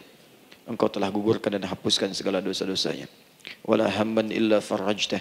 Ya Allah, jika ada satu orang pun di antara jamaah saat ini yang merasakan kegelisahan dalam hatinya, jangan biarkan ia meninggalkan area majlis ta'lim ini, kecuali Engkau telah tenangkan keadaan hatinya. Allahumma wala maridan illa syafaitah. Jika ada di antara kami yang tengah Engkau uji dengan penyakit seberat apapun, maka mohon angkat dan sembuhkan segala penyakitnya. Allahumma wala dainan illa qadaitah. Ya Allah, jika ada di antara kami yang berat hidupnya karena lilitan utang piutang, terjebak riba dan sejenisnya, maka mohon ya Allah dengan keikhlasan amalannya, mohon angkat dan berikan rizki terlimpah kepada yang untuk melunasi utang-utang dan terbebas dari lilitan riba dan semacamnya. Allahumma ya arhamar rahimin. Allahumma tubna ilaika min kullil ma'asi. Ya Allah, kami ingin memperbaiki diri kami. Kami bertobat dari segala maksiat yang pernah kami kerjakan. Allahumma asli ahwalana ma yuqarribuna ila ridhak. Ya Allah, kami bermohon kepadamu, mulai hari ini, mohon bimbing kami untuk memperbaiki diri, supaya kami bisa lebih dekat denganmu ya Allah. Allahumma asli azwajana. Ya Allah, kami mohon sayangi dan perbaiki ya Allah akhlak suami-suami kami. Ya Allah, mohon bimbing suami-suami kami jadi suami yang baik, membimbing keluarga menjadi keluarga yang saleh. Allahumma ya Allah, Allahumma arsyad wa aslih ya Allah azwajana, zawjatina. Ya Allah, demikian dengan istri-istri kami ya Allah. Jadikan mereka perempuan-perempuan yang salihah, bimbing menjadi ibu-ibu yang baik. Allahumma abnana, auladana, dzurriyyatina. Allahumma aslih lahum ya arhamar rahimin yakunu salihin, liyakunu su'ada fid dunya wal akhirah. Ya Allah, anak-anak kami, cucu-cucu kami khawatir berpisah dengan mereka di akhirat nanti. Kami mohon ya Allah, jika memang ada maksiat yang mereka kerjakan karena dosa-dosa kami mohon ampun ya Allah. Perbaiki anak-anak kami, bimbing cucu-cucu kami ya Allah. Jadikan mereka anak-anak saleh, anak-anak yang bisa memberikan mahkota kepada kami di akhirat ya arhamar rahimin. Kami malu dengan anak orang lain yang telah hafal Al-Quran. Kami malu dengan anak orang lain yang telah mampu tahajud. Kami malu dengan anak orang lain yang telah bisa membaca Al-Quran dengan baik. Sedangkan anak kami masih sibuk dengan dunia ya Allah. Kami takut bila wafat tidak bisa memberikan petunjuk kepada mereka dengan izin-Mu. Allahumma ya arhamar rahimin. Allahumma idza kana hunalika baqiyati ayyamina faj'al baqiyata ayyamina ya Allah hayatan thayyibah. Duhai Allah, kami bermohon kepadamu, jika memang terbentang masa kehidupan bagi kami sampai dengan hari esok, maka mohon jadikan sisa-sisa hidup kami lebih baik daripada hari-hari yang sebelumnya. وإذا كان هذا اليوم من آخر أيامنا فاجعل يا الله هذا اليوم حسن الخاتمة. Ya Allah, kami mohon jika memang hari ini adalah hari terakhir kami hidup dan harus kembali kepadamu untuk wafat, mohon jadikan di hari ini kami husnul khatimah. Allahumma qawwi lisanana ila kulli kalimat at-tauhid la ilaha illallah Muhammadur Rasulullah. Ya Allah, kami mohon jika kelak kami akan wafat, ringankan lisan kami untuk mengucapkan kalimat tauhid la ilaha illallah Muhammadur Rasulullah. Wa ajib kalimatan bi qawlika ya ayyatuhan nafsul mutmainnah irji'i ila rabbika radiyatan mardiyah fadkhuli fi ibadi wadkhuli jannati. Ya Allah, kami mohon kelak nanti dalam sakaratul maut nanti, jika kami bermohon kepadamu dengan kalimat tauhid la ilaha illallah, mohon jawab kalimat kami ya Allah dengan panggilanmu yang indah. Ya ayyatuhan nafsul mutmainnah, hai jiwa yang sudah tenang, irji'i ila rabbika radiyatan mardiyah, hai cepat pulang menghadap kepada Rabbmu, hai cepat pulang menghadap kepada Rabbmu, hai cepat pulang menghadap kepada Rabbmu. Aku ridha dengan semua amalmu, engkau pun akan ridha dengan semua pemberianku. Adkhuli fi ibadi wadkhuli jannati, engkau aku masukkan dalam golongan hambaku, aku siapkan surga untuk menyambutmu. Allahumma ishtaqna bi Rasulillah sallallahu alaihi wasallam. Ya Allah, kami rindu sekali dengan Rasulullah sallallahu alaihi wasallam. Lam na'ish ma'ahu fil hayat wa lam narahu fil manam. Kami belum pernah hidup bersama beliau di dunia, tidak mampu menatapnya di alam mimpi. Maka mohon ya Allah, jangan biarkan kami berpisah dengan Rasulullah di akhirat nanti ya Rabbal Alamin. Jumpakan kami dengan Rasulullah di Taman Firdausmu yang paling indah. Allahumma ya arhamar rahimin, Allahumma rizqna yusra ya Allah likullil hujjaj. Ya Allah, anugerahkan kemudahan, kelapangan kepada para jemaah haji yang berhaji tahun ini ya arhamar rahimin. Allahumma taqabbal minhum ya Allah hajjahum, sa'yahum sa'yan mashkura, wa dhanbahum dhanban maghfura, wa tijaratahum tijaratan lan tabur. Ya Allah, jangan sia-siakan pengorbanan fisik mereka, biaya mereka, waktu mereka, tenaga mereka, emosi mereka. Terima haji mereka ya Allah. Jadikan sa'i mereka berhasil, tawaf mereka benar, jadikan seluruh manasik yang Engkau ridhai ya arhamar rahimin. Allahumma ya Allah, rizqan hasanan tayyiban liyahujju kulla man lam yahujj ya arhamar rahimin. Ya Allah, bagi kawan-kawan kami, kerabat kami, saudara kami, tetangga kami yang belum berhaji, maka anugerahkan kemudahan bagi mereka untuk berhaji ya Allah. Anugerahkan kelapangan untuk berhaji ya Allah. Sekalipun memang tidak terbuka kesempatan itu, maka mohon anugerahkan sifat mabrur kepada kami, sekalipun tidak mendapati ibadahnya. Allahumma ya arhamar rahimin. Allahumma rizqna ya Allah nikmatan salihah. Ya Allah, anugerahkan kepada kami nikmat untuk menjadi orang saleh di dunia dan kembali kepadamu di akhirat dalam keadaan saleh. Alhiqna bis salihin ma'al ladzina an'amta 'alaihim minan nabiyyina was-siddiqina wasyuhada was-salihin wa hasuna ulaika rafiqa. Ya Allah, kumpulkan kelak kami di surga dengan para nabi, orang-orang saleh, para syuhada, orang-orang yang benar di hadapanmu. Itulah nikmat terbaik yang mampu kami dapatkan. Allahumma ya Rabb, Allahumma aslih Allah qulubana, ati anfusana taqwaha, wa zakkiha anta khairu man zakkaha, anta waliyuha wa maulaha. Ya Allah, jika memang kami telah Engkau anggap baik sampai dengan pagi hari ini, maka mohon jaga kami dalam keadaan baik sampai wafat ya Allah. Berikan kami kekuatan untuk istiqamah, jauhkan kami dari pengaruh nafsu ya arhamar rahimin. Ya Allah, jika ada saat ini orang-orang yang menyakiti kami ya Allah, berkhianat kepada kami ya Allah, menzalimi kami, maka mohon ampuni dosa mereka ya Allah. Maafkan mereka ya Allah. Bimbing mereka untuk sadar dan bertobat ya Allah. Titipkan dalam jiwa kami sifat untuk saling menyayangi ya Allah. Titipkan dalam jiwa kami sifat untuk saling memaafkan ya Allah. Titipkan dalam jiwa kami sifat untuk bisa memperhatikan ya Allah. Allahumma ya Rabb, Rabbana atina fid dunya hasanah wa fil akhirati hasanah wa qina adzabannar. Bifadlika subhana rabbika rabbil izzati amma yasifun. Wassalamun alal mursalin wa akhiru da'wana alhamdulillahi rabbil alamin. Sebelum saya akhiri dengan doa kifaratul majlis dan salam, saya ingin ucapkan terima kasih pada seluruhnya untuk ta'lim kita di pagi hari ini. Semoga Allah menerima semuanya dan semoga Allah muliakan. Dan terkhusus juga untuk Kang Daan, terima kasih untuk kali ini dan semoga istiqamah dalam kebaikan dan Masya Allah amin, amin. Beliau menginspirasi dan saya ingin menjadikan juga beliau sahabat dalam kehidupan untuk seluruhnya.